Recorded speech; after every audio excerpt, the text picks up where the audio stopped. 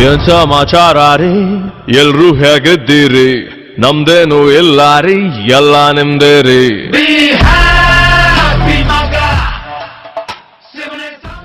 ಇದಕ್ಕಿಂತ ಮೊದಲು ಯಾರು ಬೇಕಾದ್ರೂ ಕಲ್ಲು ಹೊಡಿದ್ರು ಸೈನ್ಯದ ಮೇಲೆ ಕಲ್ಲು ಲೋಕಾಲಿಟಿ ಕಲ್ಲು ಹಾಕಿದ್ರು ಸರ್ ಮ್ಯಾಲಿಂದ ಉಗುಳ್ತಾ ಇದ್ರು ಜನ ಚೆನ್ನಾಗಿ ಅಲ್ಲಿ ಲೋಕಲ್ ಜನ ಮನಸ್ಸಿಗೆ ಯಾವತ್ತೊಂದು ಮಾತು ಬೇಜಾರಾಯ್ತು ಸರ್ ಅವ್ರ ಮಕ್ಕಳು ಕೇಳ್ಸಿದ್ರು ನಾನು ರಜೆ ಹೋದಾಗ ಅವ್ರ ಮನೆಗೆ ಭೇಟಿಯಾಗಿ ಹೋಗಿ ಸರ್ ಅಂಕಲ್ ನಮ್ಮ ಪಪ್ಪಗೆ ರಜೆ ಕೊಟ್ಟಿಲ್ಲ ಅಂತ ಕೇಳಿದ್ರು ಆ ಟೈಮಲ್ಲಿ ಸರ್ ನಮ್ಮ ಹತ್ರ ಆನ್ಸರ್ ಇಲ್ಲಲ್ಲ ಅವ್ರ ಮಕ್ಕಳು ಚಿಕ್ಕ ಮಕ್ಕಳಿಗೆ ಅವ್ರಿಗೆ ಗೊತ್ತಿಲ್ಲ ಅವ್ರ ಪಪ್ಪ ಹುತಾತ್ಮ ಆಗಿದೆ ಅಂತ ಆರ್ಟಿಕಲ್ 370 ಬಂದ್ಮೇಲೆ ಸ್ವಲ್ಪ ಕಮ್ಮಿ ಆಗಿದೆ ಭಾಳ ಸರ್ 2014 ಭಾಳ ಕಡಿಮೆ ಆಗಿದೆ ಸರ್ ಆ ಟೈಮಲ್ಲಿ ಏನಾಗುತ್ತೆ ಅಂತ ಕೆಲವೊಂದು ಯಾವುದೋ ಒಂದು ಮನೆಯಲ್ಲಿ ಟೆರರಿಸ್ಟ್ಗಳ ಇನ್ಫಾರ್ಮೇಷನ್ ಬಂದಾಗ ಸರ್ ನಾವು ಸಾಯಂಕಾಲ ಹೋದಾಗ ಬೆಳಗ್ಗೆವರೆಗೆ ಕಾಯ್ಬೇಕಾಗಿತ್ತು ಸರ್ ನಾವು ಅದು ಔಷಧಿ ಬರಬೇಕಾದ್ರೆ ಅದೇ ಆ ಗೇಟ್ ಮುಚ್ಕೊಂಡ್ಬಿಡ್ತಂದ್ರೆ ಒಳಗಡೆ ಇದ್ದವ್ರು ಎಲ್ಲರೂ ಆಕ್ಸಿಜನ್ ಕಮ್ಮಿ ಮೊದಲೇ ಮಾತ್ರ ಆಕ್ಸಿಜನ್ ಇಲ್ಲ ಸರ್ ಮೇಲ್ಗಡೆ ಆಕ್ಸಿಜನ್ ಇರಲ್ಲ ಸತ್ಬಿಡ್ತಾರೆ ಒಳಗಡೆ ಇದ್ದವ್ರು ಕಾರ್ಗಿಲ್ ದಾಟಿ ಮೇಲೆ ಹೈಟ್ ಸರ್ 6 ತಿಂಗಳ ಮಟ್ಟ ನಾವು ಏರಿದೀವಿ ಅಂತಂದ್ರೆ ಎಲ್ಲ ರಾಷನ್ ಪಾಣಿ 6 ತಿಂಗಳ ನಮ್ಗೆ ಏರಿಸ್ಬಿಡ್ತಾರೆ ಕೆಳಗಡೆ ಬರಂಗೇ ಇಲ್ಲ ಸರ್ ಫುಲ್ ಬರ್ ಬಿದ್ದುಬಿಡ್ತದೆ ಸರ್ ಆ ಬರ್ಬಿನಲ್ಲಿ ನಾವು ಮೂಮೆಂಟ್ ಮಾಡೋಕ್ಕಾಗಲ್ಲ ನಾವೆಲ್ಲ ಮೇಲ್ಗಡೆನೇ ಇರ್ತೀವಿ ಸರ್ ಇಷ್ಟಪಡಲ್ಲ ಸರ್ ಅಲ್ಲಿ ಅಟ್ಯಾಕ್ ಆದಗಳು ಕೆಲವೊಬ್ರು ಅದು ಪ್ರೂಫ್ ಕೇಳ್ತಾ ಇದ್ರು ಅದಿಲ್ಲದೆ ಆದ್ಮೇಲೆ ಇನ್ನೊಬ್ಬರು ಜಮ್ಮು ಕಾಶ್ಮೀರಕ್ಕೆ ಯಾರೋ ಒಬ್ಬರು ರಾಜಕಾರಣಿಗಳು ಅವರು ಜನಗಣತಿ ಜಾತಿ ಲೆಕ್ಕ ಕೊಡ ಅಂತ ಹೇಳಿದ್ರು ಸರ್ ಜಾತಿ ಎಷ್ಟು ಜನ ಅವ್ರು ಜಾತಿ ಎಷ್ಟು ಜನ ಯಾವ ಜಾತಿ ಎಸ್ ಸಿ ಅವರು ಎಷ್ಟು ಜನ ಎಸ್ ಸಿ ಅವರು ಎಷ್ಟು ಜನ ಅದು ಇಂಪಾರ್ಟೆಂಟ್ ಆಗಲ್ಲ ಸರ್ ಕಳಿಸ್ಬಾರ್ದಂತ ಈಗ ಸ್ವಂತ ನನ್ನ ಮಗನೇ ನಾನು ಕಳಿಸಿದ್ದೀನಿ ಯಾಕಂದರೆ ತುಂಬ ಭಾಳ ಹೆಮ್ಮೆಯ ವಿಷಯ ಯಾಕಂದರೆ ನಾವು ಇರೋ ಒಬ್ಬನೇ ಮಗ ಆದರೂ ಜನ ಹೇಳ್ತಿದ್ರು ಏನು ರೀ ಯಾಕೆ ಒಬ್ಬನ ಮನೆ ಕಳಿಸಿ ಅದು ನಿಮಗೆ ಗೊತ್ತಿಲ್ಲ ನನಗೆ ಗೊತ್ತಿದೆ ನಾನು 21 ವರ್ಷ ದೇಶ ಸೇವೆ ಮಾಡಿ ಬಂದಿದ್ದೇನೆ ಆ ಭಾರತ ಮಾತೆಗೆ ನನ್ನ ಮಗನೂ ಸದಾ ಯಾಕೆ ದೇಶ ಸೇವೆ ಮಾಡಬಾರ್ದು ಅದು ಒಂದು ನನಗೆ ಭಾಳಷ್ಟು ಹೆಮ್ಮೆ ಇದೆ ಮಾಡ ಸರ್ ಜಾನ್ ಬಿ ದೇಂಗೆ ಕೂನ್ ಬಿ ದೇಂಗೆ ಲೇಕಿನ್ ಕಬಿ ದೇಶಕ್ಕೆ ಮಿಟ್ಟಿ ಕಬಿ ನೈ ದೇಂಗೆ ಅಂತ ಅಂದರೆ ರಕ್ತನ ಕೊಡ್ತೀವಿ ಜೀವನ ಕೊಡ್ತೀವಿ ಆದರೆ ಭಾರತ ಮಟ್ಟ ಮಾತ್ರ ಯಾವತ್ತು ಕೊಡೋಂಥ ಆ ದೇವ ಹಾಕಿದ್ರೆ ಮಾತ್ರ ಲೆಪರೇಟ್ ಮಾಡುತ್ತೆ ಯಾವ ದೇಶಕ್ಕೆ ರಕ್ತದ ಬಲಿದಾನ ಎಲ್ಲಿವರೆಗೆ ಅರ್ಥ ಆಗಲ್ಲೋ ಮುಂದಿನ ದಿನಮಾನ ಪೀಳಿಗೆಯಲ್ಲಿ ಆ ದೇಶಕ್ಕೆ ಭವಿಷ್ಯ ಕರಾಳ ದಿನವಾಗಿರುತ್ತೆ ಅಂತ ನಾನು ಹೇಳಕ್ಕೆ ಇಷ್ಟಪಡ್ತೀನಿ. ಹಾಯ್ ಹಲೋ ನಮಸ್ಕಾರ ಸ್ನೇಹಿತರೆ, ಮತ್ತೇನು ಸುದ್ದಿ ವಿಶೇಷ ಸಂಚಿಕೆಗೆ ಸ್ವಾಗತ ಸುಸ್ವಾಗತ. ಸ್ನೇಹಿತರೆ, ಎಂದಿನಂತೆ ಈ ಮತ್ತೇನು ಸುದ್ದಿ ಚಾನಲ್ನಲ್ಲಿ ಪ್ರತಿ ವಾರದಂತೆ ಈ ವಾರ ಕೂಡ ಹೊಸ ವಿಶೇಷ ಸಾಧಕರಿರ್ತಾರೆ, ವಿಶೇಷ ಜಾಗ ಇರುತ್ತೆ, ಅಥವಾ ನಮ್ಮ ದೇಶಕ್ಕೋಸ್ಕರ ಏನಾದರೂ ಸಮಾಜದಲ್ಲಿ ತೊಡಗಿಸಿರುವಂಥ ವ್ಯಕ್ತಿಗಳ ಪರಿಚಯ ಇದ್ದೇ ಇರುತ್ತೆ ಅಂತ ನಿಮ್ಗೆಲ್ಲರಿಗೂ ಗೊತ್ತು. ಅದರ ಮುನ್ನುಡಿವಾಗಿ ಜುಲೈ 26ರಂದು ಇಡೀ ದೇಶನೇ ಕಾರ್ಗಿಲ್ ವಿಜಯೋತ್ಸವ ಆಚರಿಸುತ್ತೆ. ಕಾರ್ಗಿಲ್ ಯುದ್ಧದಲ್ಲಿ ಪಾಕಿಸ್ತಾನಗಳೊಂದಿಗೆ ಗೆದ್ದು ಇಲ್ಲಿಗೆ ಸುಮಾರು 26 ವರ್ಷಗಳು ತುಂಬುತ್ತವೆ. ಆ ಹೊತ್ತಿನಲ್ಲಿ ಮತ್ತೇನು ಸುದ್ದಿ ವಿಶೇಷ ಸಂಚಿಕೆಯಾಗಿ ಇವತ್ತು ನಾನು ಒಂದಿಷ್ಟು ಈ ದೇಶಕ್ಕೋಸ್ಕರ ಈ ದೇಶದ ಮಣ್ಣಿಗೋಸ್ಕರ ಬಡಿದಾಡಿದಂಥ ಸೈನಿಕರೊಂದಿಗೆ ಕಾಲ ಕಳಿಬೇಕಂತ ಮತ್ತು ಸೈನಿಕರನ್ನ ಬದುಕಿನ ಅರಿವು ಕೂಡ ಜನಕ್ಕೆ ಮುಟ್ಟಬೇಕನ್ನೋ ಒಂದು ಉದ್ದೇಶದಿಂದಾಗಿ ನಮ್ಮ ಜೊತೆ ಒಂದಿಷ್ಟು ಸೈನಿಕರು ನಾನು ಕರ್ಕೊಂಡು ಬಂದಿದ್ದೀನಿ. ಅವ್ರು ನಾನು ಮಾತಾಡಿಸ್ತಾ ಹೋಗ್ತೀನಿ. ಮೊದಲನೇದಾಗಿ ಸರು ಆ ಕಡೆಯಿಂದ ಬಂದರೆ ಭೀಮಣ್ಣ ನಾಯಕ್ ಅವರು ಅಂತ. ಇವರು 1990ರಲ್ಲಿ BSF ಬಾರ್ಡರ್ ಸೋಲ್ಜರ್ ಆ ಹುದ್ದೆಗೆ ಸೇರಿಕೊಂಡು ಎದುರಾಗಿ ಸೇರಿ ಸುದೀರ್ಘ 20 ವರ್ಷಗಳ ಕಾಲ ಸೇವೆ ಸಲ್ಲಿಸ್ತಾರೆ. ಅದು ಅಲ್ಲದೆ ಇವರು ಹವಾಲ್ದಾರ್ ಮೇಜರ್ ಆಗಿ ರಿಟೈರ್ಮೆಂಟ್ ತೊಗೊಳ್ತಾರೆ. ಇನ್ನೊಂದು ವಿಶೇಷ ಏನಪ್ಪ ಅಂತಂದರೆ, ಯಾವಾಗ ಕಾರ್ಗಿಲ್ ಯುದ್ಧ ಶುರುವಾಗುತ್ತಲ್ಲ, ಆ ಶುರುವಾಗಾಗ ಏನು ಮೇ ಫಸ್ಟ್ ವೀಕ್ ಅಥವಾ ಅಂದರೆ ಮೇ 10ನೇ ತಾರೀಕಿಗೆ ನಮ್ಗೆ ಕನ್ಫರ್ಮ್ ಆಗಿ ಗೊತ್ತಾಗುತ್ತೆ. ಇವಾಗ ಪಾಕಿಸ್ತಾನಿಗಳು ತುಲಾಲಿಂಗ್ ಪರ್ವತದಲ್ಲಿ ಹೇರ್ಕೊಂಡು ಕೂತ್ಕೊಂಡಿದ್ದಾರೆ ಅಂತ ಅವಾಗ ಕನ್ಫರ್ಮ್ ಆದಾಗ ಏನಾಗತ್ತಪ್ಪ ಅಂದರೆ, ಇದು ಒಂದು ವಾರಗಟ್ಟಲೆ ಅಥವಾ ಉಗ್ರರು ಇರ್ತಾರೆ ಅಂದ್ಕೊಂಡು ಒಂದು ವಾರ 15 ದಿನ ಅಂದ್ಕೊಂಡಿರ್ತಾರೆ, ಅದು 3 ತಿಂಗಳ ಹೋಗುತ್ತೆ. ಅವಾಗ ಏನು ಮಾಡ್ತಾ ಆರ್ಮಿ ಒಂದು ಸ್ಪೆಷಲ್ ಏನು ಮಾಡ್ತಾರೆ, ರಿಸರ್ವ್ ಸೈನಿಕರಂತ ಒಂದು ಕಡೆ ಇಡ್ತಾರೆ. ರಿಸರ್ವ್ ಅಂತಂದ್ರೇನು, ಮುಂದೆ ಯುದ್ಧ ಮಾಡೋಕ್ಕೆ ಏನಾದರೂ ಅವಶ್ಯಕತೆ ಇತ್ತಂತಂದ್ರೆ ಈ ಸೈನಿಕರನ್ನ ಬಳಸ್ಕೊಳ್ಬೇಕು ಅಂತ ಒಂದು ತೀರ್ಮಾನಕ್ಕೆ ಬರ್ತಾರೆ. ಆ ರೀತಿ ರಿಸರ್ವ್ ಆರ್ಮಿ ಒಳಗಿದ್ದವಂಥವ್ರು ಭೀಮಣ್ಣ ಸರ್, ಅವರು ಕೂಡ ನಮ್ಮ ಜೊತೆಯಲ್ಲಿದ್ದಾರೆ. ಅವ್ರದ್ದು ಇನ್ನೂ ಒಂದು ವಿಶೇಷ ಇದೆ, ಅವರು ಈ ಸುಪುತ್ರರಾದಂಥ ಶ್ರೀನಿವಾಸ್ ಅವರನ್ನು ಕೂಡ ಈ ಸದ ಆಲ್ರೆಡಿ ಅಗ್ನಿವೀರಕ್ಕೆ ಕಳಿಸ್ಕೊಟ್ಟಿದ್ದಾರೆ. ತಾವು ಮನೆಯಲ್ಲಿ ಅವರು ಒಬ್ಬರೇ ಆರ್ಮಿ ಕೆಲಸ ಮಾಡಿಲ್ಲ, ಜೊತೆಗೆ ನನ್ನ ಮಗನೂ ದೇಶ ಸೇವೆ ಮಾಡಲಿ ಅಂತ ಅವ್ರು ಕಳಿಸ್ಕೊಟ್ಟಿದ್ದಾರೆ. ಇನ್ನೊಬ್ರು ಇದ್ದಾರೆ ನಿಂಗಣ್ಣ ಬಂಟೂರ್ ಅಂತ. ಇವರು ಸಹ ಅಷ್ಟೇ 2006ರಲ್ಲಿ ಸೇನೆಗೆ ಸೇರ್ಕೊತಾರೆ. ಸುದೀರ್ಘ 17 ವರ್ಷ ಸುದೀರ್ಘ 17 ವರ್ಷ 17 ವರ್ಷಗಳ ಕಾಲ ಕೆಲಸ ಮಾಡ್ತಾರೆ. ಮತ್ತು ಕ್ವಿಕ್ ಅಲ್ರಿ ಸರ್, ಕ್ವಿಕ್ ರಿಯಾಕ್ಷನ್ ಟೀಮ್ನಲ್ಲಿ ಇವ್ರು ಕೆಲಸ ಮಾಡ್ತಾರೆ. ಅಂದರೆ ಎಮರ್ಜೆನ್ಸಿ ಇದ್ದಾಗ ಇವರು ಟೀಮ್ನ ಯೂಸ್ ಮಾಡ್ಕೊತಾರೆ. ಸೊ ಇವತ್ತು ನಾನು ಕೂಡ ಸುದೀರ್ಘ ಚರ್ಚೆ ಮಾಡ್ತೀನಿ. ಆರ್ಮಿಯಲ್ಲಿ ಆರ್ಮಿ ಜೀವನ ಹೆಂಗಿರ್ತದೆ, ಅವ್ರ ವಸತಿ ಹೆಂಗಿರ್ತದೆ, ಯುದ್ಧ ಮಾಡಬೇಕಾದ್ರೆ ಅವ್ರ ಮನಸ್ಥಿತಿ ಹೆಂಗಿರ್ತದೆ, ಈಗಿನ ಹುಡುಗರಿಗೆ ಆರ್ಮಿ ಅವಶ್ಯಕತೆ ಹೆಂಗಿದೆ, ಯುದ್ಧ ಅಂತಂದ್ರೆ ಏನು, ಯುದ್ಧದ ಪರಿಕಲ್ಪನೆ ಹೆಂಗಿರ್ತದೆ, ಅವರು ಯುದ್ಧದ ಮೂಡ್ನಾಗಿದ್ದಾಗ ಅವ್ರು ಹೆಂಗೆ ಸಮಯನ ಒತ್ತಡವನ್ನು ನಿಭಾಯಿಸ್ತಾರೆ, ಎಲ್ಲನೂ ನಾನು ಅವ್ರು ಕೂಡ ಮಾತಾಡಿಸ್ತಾ ಹೋದ್ದೀನಿ. ಸರ್, ಮೊದಲಿಗೆ ಕಾರ್ಯಕ್ರಮಕ್ಕೆ ಸ್ವಾಗತ. ನಮಸ್ತೆ ಸರ್, ಜೈ ಸರ್. ನಿಮಗೂ ಕೂಡ ಕಾರ್ಯಕ್ರಮಕ್ಕೆ ಸ್ವಾಗತ ಸರ್. ನಮಸ್ಕಾರ ಸರ್. ಆ್ಯಸ್ ಯೂಸ್ವಲ್ ಇವತ್ತು ನಿಮ್ಗೆಲ್ರಿಗೂ ಗೊತ್ತಿದೆ, ಇವತ್ತು ಜುಲೈ 26 ಅಂದರೆ ಇಡೀ ಇಂಡಿಯಾದಲ್ಲಿ ಕಾರ್ಗಿಲ್ ವಿಜಯೋತ್ಸವ ಅಂತ ಆಚರಿಸ್ತೀವಿ ಸರ್. ಆ್ಯಕ್ಚುಲಿ ಕಾರ್ಗಿಲ್ ವಿಜಯೋತ್ಸವ ಆಚರಿಸೋಕ್ಕಿಂತ ಮುಂಚೆ ಕಾರ್ಗಿಲ್ನಲ್ಲಿ ಅವತ್ತು ಏನಾಯ್ತು ಸರ್ ನಿಮ್ಗೆ ಅನಿಸೋ ಪ್ರಕಾರ? ಯಾಕಂದ್ರೆ ನೀವು ರಿಸರ್ವ್ ಮಿಲಿಟ್ರಿ ಒಳಗಿದ್ದಾಗ ನೀವು ಹೋಗ್ತೀರಿ ಅಂತ ಕರ್ಕೊಂಡು ಹೋಗ್ತೀವಿ ಅಂತ ತೀರ್ಮಾನ ಆಗಿತ್ತು. ಅಂದರೆ ಇವತ್ತೆಲ್ಲ ನಾಳೆ ನಿಮಗೂ ಕೂಡ ಆ ಪಾಳೆ ಬರ್ತಿತ್ತು. ಆವಾಗ ನಿಮ್ಮ ಮನಸ್ಥಿತಿ ಹೆಂಗಿತ್ತು ಸರ್? ಆಲ್ರೆಡಿ ನಮ್ಮ ದೇಶದಲ್ಲಿ ಯುದ್ಧ ಸ್ಟಾರ್ಟ್ ಆಗಿತ್ತು. ನಾವು 1919ದಲ್ಲಿ ಮೇಘಾಲಯದಲ್ಲಿದ್ವಿ. ನಾವು ಮೇಘಾಲಯದಿಂದ ನಮಗೆ ಒಂದು ನಮ್ಮ ಬಟಾಲಿಯನ್ಗೆ ಒಂದು ಮೆಸೇಜ್ ಬಂತು, ನಿಮ್ಮ ಬಟಾಲಿಯನ್ನು ರಿಸರ್ವ್ ಆಗಿರ್ಬೇಕು, ನೀವು ಬರಬೇಕಂತೇಳಿ. ನಮ್ದು ಆಲ್ರೆಡಿ ರಿಸರ್ವ್ ಅಂತ ಹೇಳಿದ ತಕ್ಷಣವೇ ನಾವು ಬಂದ್ಬಿಟ್ಟಿವಿ. ಓಹ್ ಹಾಂ, ರಿಸರ್ವ್ ಹೋಗಿತ್ತಲ್ಲ ಸರ್. ಆವಾಗ ಅಲ್ಲಿನ ಜನರ ರೆಸ್ಪಾನ್ಸ್ ಹೆಂಗಿತ್ತು ಸರ್? ಜನರ ರೆಸ್ಪಾನ್ಸು, ನಾವು ದಾರಿ ಒಳಗಡೆ ಬರುವಾಗ ಉತ್ತರ ಪ್ರದೇಶ್, ಬಿಹಾರ್ और पंजाबದಲ್ಲಿ ಜನ ನಮ್ಗೆ ಇಷ್ಟೊಂದು ಪ್ರೋತ್ಸಾಹ ಕೊಡ್ತಿದ್ರು.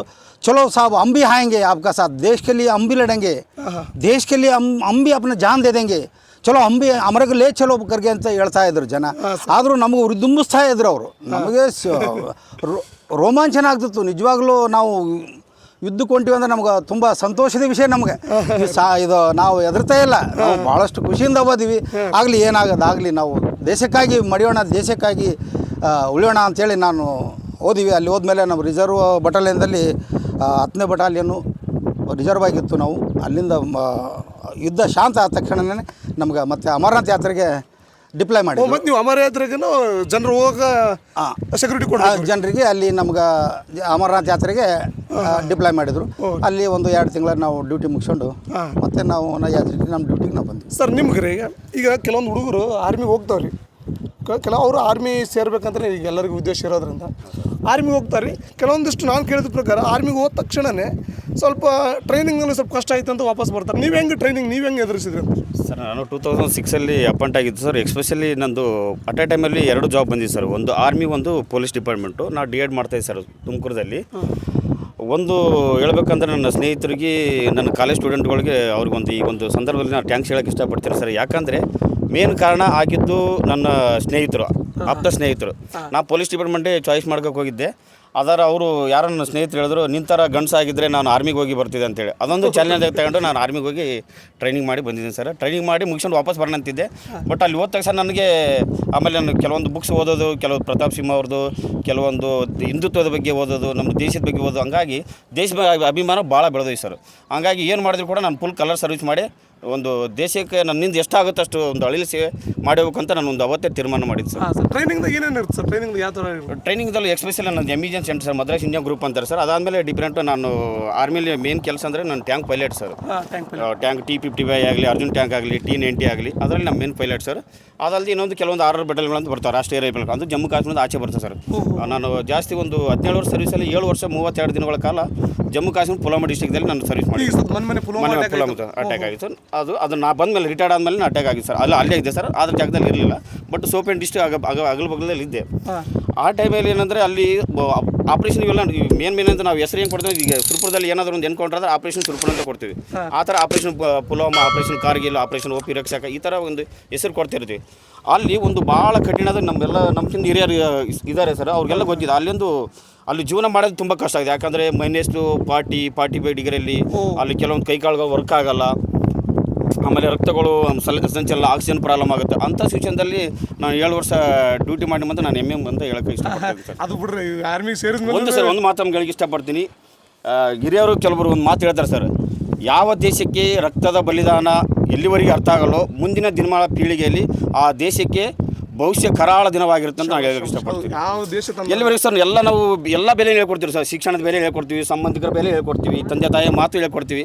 ಹಾಗಾಗಿ ನಾವು ರಕ್ತದ ಬಲಿದಾನ ಹೇಳ್ಕೊಡೋದು ಯಾವಾಗ ಅಂತ, ಎಲ್ಲಿವರೆಗೆ ನಾವು ರಕ್ತದ ಬಲಿದಾನದ ಬಗ್ಗೆ ಅರಿವು ಮೂಡಿಸಿದಾಗ ಸಮಾಜದಲ್ಲಿ ಮತ್ತು ಯುವ ತರುಣರಲ್ಲಿ ಮೂಡಿಸಿದಾಗ ಅವ್ರಿಗೆ ಮಾತ್ರ ಈ ದೇಶ ಒಂದು ಮುಂದಿನ ದಿನಮಾನಗಳಲ್ಲಿ ಸುರಕ್ಷಿತವಾಗಿ ಸಮೃದ್ಧಿಯಾಗಿ ಬೆಳೆಯೋಕೆ ಸಾಧ್ಯ ಆಗುತ್ತೆ ಅಂತ ಈ ಒಂದು ಸಂದರ್ಭದಲ್ಲಿ ಹೇಳೋಕ್ಕೆ ಇಷ್ಟಪಡ್ತೀನಿ ಸರ್. ನಿಜ ಸರ್. ಸರ್ ನೀವು ರೀ ಈಗ ಸದ್ಯ ಆರ್ಮಿ ಸೇರೋದು ಒಂಥರ ಈಗ ಸ್ವಲ್ಪ ಟ್ರೆಂಡ್ ಆಗಿದೆ. ಈಗ ಆರ್ಮಿ ಕೂಡ ಅಷ್ಟೇ ಈಗ ಏನಂತಾರೆ ಮುಂದೆ ಈಗ ತಾಂತ್ರಿಕ ಯುಗದಲ್ಲಿ ಈಗ ಸದ್ಯ ಜಾಸ್ತಿ ವೆಪನ್ಗಳಾಗಿರ್ಬೋದು, ಸವಲತ್ತುಗಳಿದ್ದಾವೆ ಸರ್. ಆವಾಗ ನೀವು ಏನಾದರೂ ಯುದ್ಧ ಮಾಡ್ಬೇಕಂತ ಹೋದಾಗ ನಿಮ್ಮ ಸ್ಪೆಷಲಿಟೀಸ್ ಏನಿತ್ತು ಅಂದರೆ ಸದ್ಯ ಫಾರ್ ಎಕ್ಸಾಂಪಲ್ ಇಷ್ಟು ಬಾಂಬ್ ಅಂತ ಒಯ್ಬೇಕಾಗುತ್ತೆ, ಇಷ್ಟು ಡ್ರೆಸ್ ಕೋಡ್ ಅಂತ ಇರ್ತದೆ. ನಿಮ್ಗೆ ಹೆಂಗಿತ್ತು ಸರ್ ಆವಾಗ? ನಾವು ಸೆಲೆಕ್ಷನ್ ಆದ 1990ದಲ್ಲಿ ಸೆಲೆಕ್ಷನ್ ಆದಾಗ ನಮ್ದು ಯಾವುದೇ ರೀತಿಯಿಂದ ನಮ್ಗೆ ಇದ್ರ ಬಗ್ಗೆ ಗೊತ್ತೇ ಇರಲಿಲ್ಲ. ನಮ್ಗೆ ಯಾವುದೋ ಒಂದು ಡಿಪಾರ್ಟ್ಮೆಂಟು ಪೊಲೀಸು ಅಂತೇಳಿ ನಾವು ಸೆಲೆಕ್ಷನಾಗಿ ಹೋಗಿದ್ದೀವಿ.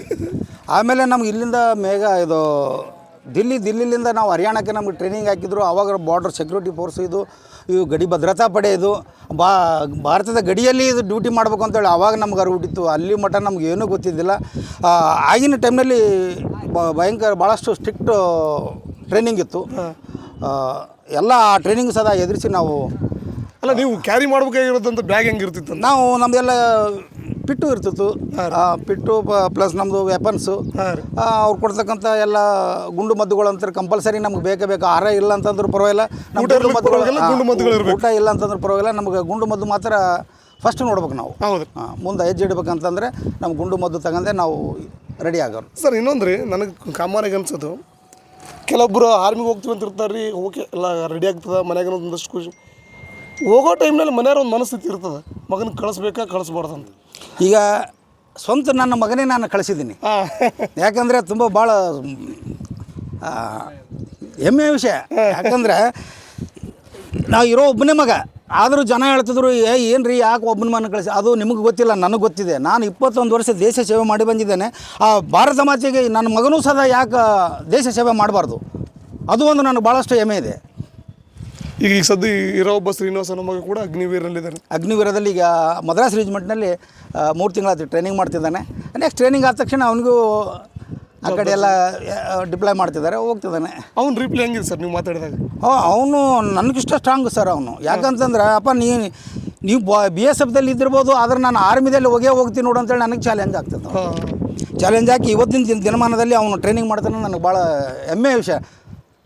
ಅಲ್ಲ ಸರ್, ಈಗ ನಾನು ಸಹಜವಾಗಿ ಹೇಳ್ತೀನಿ ನಿಮಗೆ, ಈಗ ಮೊನ್ನೆ ಆಪ್ರೇಷನ್ ಸಿಂಧೂರ್ ಅಂತ ಆಯಿತು ಅಂತಾಗ ನ್ಯೂಸ್ಗಳು ಬಂದಾಗ ನಿಮ್ಗೆ ಹೆಂಗೆ ಅನಿಸುತ್ತಂತ, ಆ ಮನಸ್ಥಿತಿ ಹೆಂಗಿರ್ತದೆ?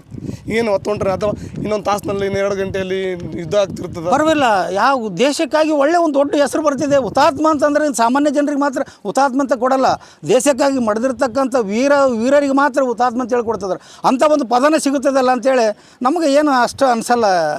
ಯುದ್ಧ ಆಗಲಿ ಅಂತ ಅನಿಸ್ತದೆ ಇಷ್ಟೇ. ಇದಾದ್ರೇನು ಹಿಂದಕ್ಕೆ ಸರಿ ಮಾತೇ ಇಲ್ಲ ಅದು. ನಾವು ನಿಮ್ಗೇನು ಅನ್ಸುತ್ತೆ ಸರ್? ಸರ್ ನಮಗನ್ಸಿ ಈಗ ಜಸ್ಟ್ ನನಗೆ ಕಾರ್ಗಿಲ್ ವಾರ ನಾನು ಅಟೆಂಡ್ ಮಾಡಿಲ್ಲ ಸರ್. ಅದಕ್ಕೆ ನಾನು ಚಿಕ್ಕವನು ಪ್ರಾಬಬಲಿ ಒಂದು 6th ಸ್ಟ್ಯಾಂಡರ್ಡ್ ಓದ್ತಾ ಇದ್ದೆ ಸರ್. ಪ್ರಾಬಬಲಿ ಕಾರ್ಗಿಲ್ ವಾರಲ್ಲಿ ಮನೋಜ್ ಕುಮಾರ್ ಪಾಂಡೆ ಅಂತ, ಮೇಜರ್ ಮನೋಜ್ ಕುಮಾರ್ ಪಾಂಡೆ ಅಂತೇಳಿ ಅವ್ರದ್ದು ಒಂದು ಕೆಲವೊಂದು ಬುಕ್ಸಲ್ಲಿ ಬಂದಿದೆ ಸರ್. ನ್ಯೂಸ್ ಕೂಡ ನೋಡ್ತಾ ಇದೆ. ಮನೋಜ್ ಕುಮಾರ್ ಪಾಂಡೆ ಅವರು MSc MBS ಅಲ್ಲಿ 2 ಕ್ಲಾಸಲ್ಲಿ ಕೂಡ ಗೋಲ್ಡ್ ಮೆಡಲ್ ಸ್ಟೂಡೆಂಟ್ ಅವರು. ನಮ್ಮ ಅವರು ಆರ್ಮಿಗೆ ND ಎಕ್ಸಾಮ್ ಬರೆದು ಪಾಸಾಗಿ ನಮ್ಮ ಸೈನ್ಯ ಅಧಿಕಾರಿಗಳ ಹತ್ರ ಆರ್ಮಿಗೆ ಭರ್ತಿ ಹಾಕಿ ಬರ್ತಾರೆ. ಅವರೆಲ್ಲ ಕೇಳ್ತಾರೆ, ಅವರು ಸರ್ಟಿಫಿಕೇಟ್ ಎಲ್ಲ ನೋಡಿ, ಏನಪ್ಪ ಇಷ್ಟೊಂದೆಲ್ಲ ಸರ್ಟಿಫಿಕೇಟ್ ಎಲ್ಲ ಇಟ್ಕೊಂಡು ನೀನು ಬೇಜಾನ್ ಜಾಬ್ ಆಲ್ರೆಡಿ ಅಷ್ಟೊಳಗೆ ಅವ್ರಿಗೆ ಜಾಬ್ ಆಫರ್ ದೊಡ್ಡ ಕಂಪನಿಗಳಿಂದ ಆಫರ್ ಇತ್ತು ಸರ್. ಅಂಥದ್ದೆಲ್ಲ ಬಿಟ್ಟು ಇಲ್ಲಿ ಯಾಕೆ ಬಂದಿದೆ ಅಂತ ಕೇಳ್ತಾರೆ. ಹೌದು ಸರ್, ಅವ್ರು ಹೇಳ್ತಾರೆ ಸರ್, ಮನೋಜ್ ಕುಮಾರ್ ಪಾಂಡೆ ಅವರು, ಹೌದು ಸರ್ ನಿಜನೇ ನೀವು ಹೇಳೋದು ಕೂಡ, ನನಗೆ ಲಕ್ಷಾಂತರ ಸಂಬಳ ಬರುತ್ತೆ, ದುಡ್ಡು ಬರುತ್ತೆ, ನನಗೆ ಕಾರ್ ಸಿಗುತ್ತೆ, ಬಂಗ್ಲೆ ಸಿಗುತ್ತೆ ಹೇಳ್ತಾರೆ. ಆದರೆ ಪರಮವೀರ ಚಕ್ರ ಸಿಗೋದು ಮಾತ್ರ ನಿಮ್ಮ ಡಿಪಾರ್ಟ್ಮೆಂಟಲ್ಲಿ ಸರ್, ಅದಕ್ಕೋಸ್ಕರ ಬಂದಿದ್ದೀನಿ ಸರ್ ಅಂತ ಹೇಳ್ತಾರೆ. ಹಾಗಾಗಿ ಇಂಥ ಒಂದು ಕೆಲವೊಂದು ಮಾತು ಕೇಳ್ತಿದ್ರೆ ನಾವು ಇನ್ನೂ ನಮ್ಮ ಸರ್ ಮಾಡಿದಂಥ ಅವರು ಹೇಳಿದ್ದಾರೆ, ಅವ್ರ ಮಗಳು ಕೂಡ ಆ ರಕ್ತದಲ್ಲಿ ಬಂದ್ಬಿಡುತ್ತೆ ಸರ್. ಏನೇ ಆಗಲಿ ಅವ್ರ ರಕ್ತದಲ್ಲಿ ಬಂದರೆ ಅವ್ರು ಕೂಡ ಈ ಒಬ್ಬನ ಮಗಿದ್ರು ಕೂಡ ದೇಶಕ್ಕೆ ಕಳಿಸಿದ್ದಾರೆ ಸರ್. ಅದು ಗ್ರೇಟ್ ಬಿಡ್ರಿ. ತಾವು ಸೋಲ್ಜರ್ ಆಗಿರೋಲ್ಲ, ತನ್ನ ಮಗನ ಸೋಲ್ಜರ್ ಕಳಿಸ್ಬೇಕು, ಅದಕ್ಕೊಂದು ಗಟ್ಟಿ ಗುಂಡಿಗೆನೇ ಇರಬೇಕು. ಅಂಥದ್ದೆಲ್ಲ ಬಿಟ್ಟು ನಮ್ಮ ದೇಶಕ್ಕಾಗಿ ಬಲಿದಾನ ಮಾಡಿದ್ರೆ ಅದರಿಂದ ಈ ಒಂದು ಶುಭ ಒಂದು ಮಂಗಳವಾರದಿಂದ ಈ ಟೈಮಲ್ಲಿ ನಾವು ಅಂಥ ಬಲಿದಾನದಿಂದ, ರಕ್ತ ಬಲಿದಾನದಿಂದ ಈ ಟೈಮಲ್ಲಿ ಒಂದು ಸಂದರ್ಭದಲ್ಲಿ ಮಾತಾಡೋಕ್ಕೆ ಸಾಧ್ಯ ಅಂತ ನಾವು ಅಂಥ ಲಕ್ಷಾಂತರ ಜನ ಸರ್ ಸೈನಿಕರಿದ್ದಾರೆ. ನನ್ನ ಆತ್ಮೀಯ ಸ್ನೇಹಿತರು ಸರ್, ಬಿಜಾಪುರದವ್ರು, ಗೂಗಲ್ ಹೊಡೆದ್ರೆ ಗೊತ್ತಾಯ್ತು, ಕಾಶಿರಿ ಬೊಮ್ಮನಳ್ಳಿ ಅಂತೇಳಿ. ಅವರು ಜೊತೆಲಿ ನಿಮ್ಮ ಜೊತೆಲಿ ಇದ್ದರೆ ಕೂಡ ಇಂಟರ್ವ್ಯೂ ಕೊಡ್ತಿದ್ದಾರೆ ಅಂತ ಅನಿಸುತ್ತೆ. ಅವ್ರು 2 ಮಕ್ಕಳಿದ್ದಾವೆ ಸರ್. ಭಗತ್ ಸಿಂಗ್ ಅಂತ ಒಬ್ಬರು SIT ಇದ್ದಾನೆ ಸರ್, ಶಬಾಷ್. ಒಬ್ಬ ಪೃಥ್ವಿವಂತ SIT ಇದ್ದಾರೆ ಸರ್. ಒಂದು 4 ವರ್ಷ ಆಯಿತು, ಮೊನ್ನೆ 2ನೇ ತಾರೀಕು ಜುಲೈ 2ನೇ ತಾರೀಕು ಅವರು ಹುತಾತ್ಮ ದಿನ ಸರ್. 4 ವರ್ಷ ಆಯಿತು ಅವರು ಹುತಾತ್ಮರ ಸರ್. ಶೌರ್ಯ ಚಕ್ರ ಅವಾರ್ಡ್ ಸರ್.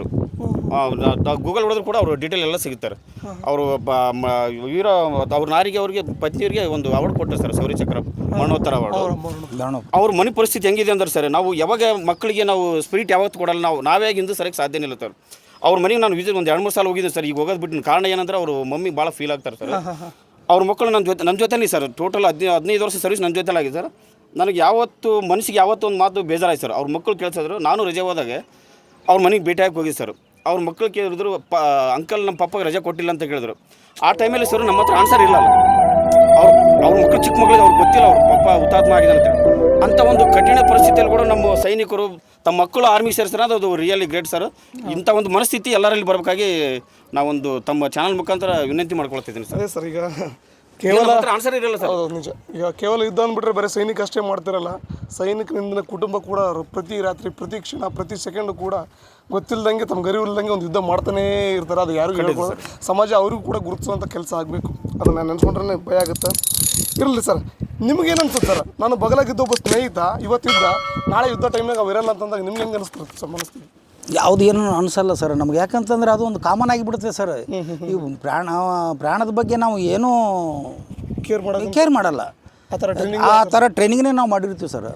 ಪರವಾಗಿಲ್ಲ, ಹೋಗಿದೆ ನಮ್ಮ ಸಾಥಿ ನಮ್ಮ ಸಂಗಡದವರು ಹಿಂಗಾಗಿದ್ದಾರೆ ಅಂತಂದ್ರೆ ದೇಶಕ್ಕಾಗಿ ಅವರು ಪ್ರಾಣ ಕೊಟ್ಟಿದ್ದಾರೆ. ಸಾಮಾನ್ಯವಾಗಿ ನಾವು ಅವರು ಪ್ರಾಣ ಕೊಟ್ಟಿಲ್ಲ ಅಂತೇಳಿ ನಮಗೂ ಒಂದು ದೊಡ್ಡ ಹೆಮ್ಮೆ ಅನ್ನಿಸ್ತದೆ. ಅವ್ರಿಗೇನು ಪ್ರಾಣ ಇದ್ದರೂ ಅವ್ರಿಗೆ ಎಲ್ಲ ಟ್ರೀಟ್ಮೆಂಟ ಕೊಡ್ತಾ ಹಿಂದ್ಗಡೆ ಅವ್ರಿಗೆ ಫಸ್ಟ್ ಏಡ್ ಆಗ್ತಾ ಆ ಥರ ಯಾರಾದರೂ ಇನ್ಸಿಡೆಂಟ್ ಆಗಿದೆ ಸರ್ ನಿಮ್ಮ ಪಕ್ಕದಾಗ?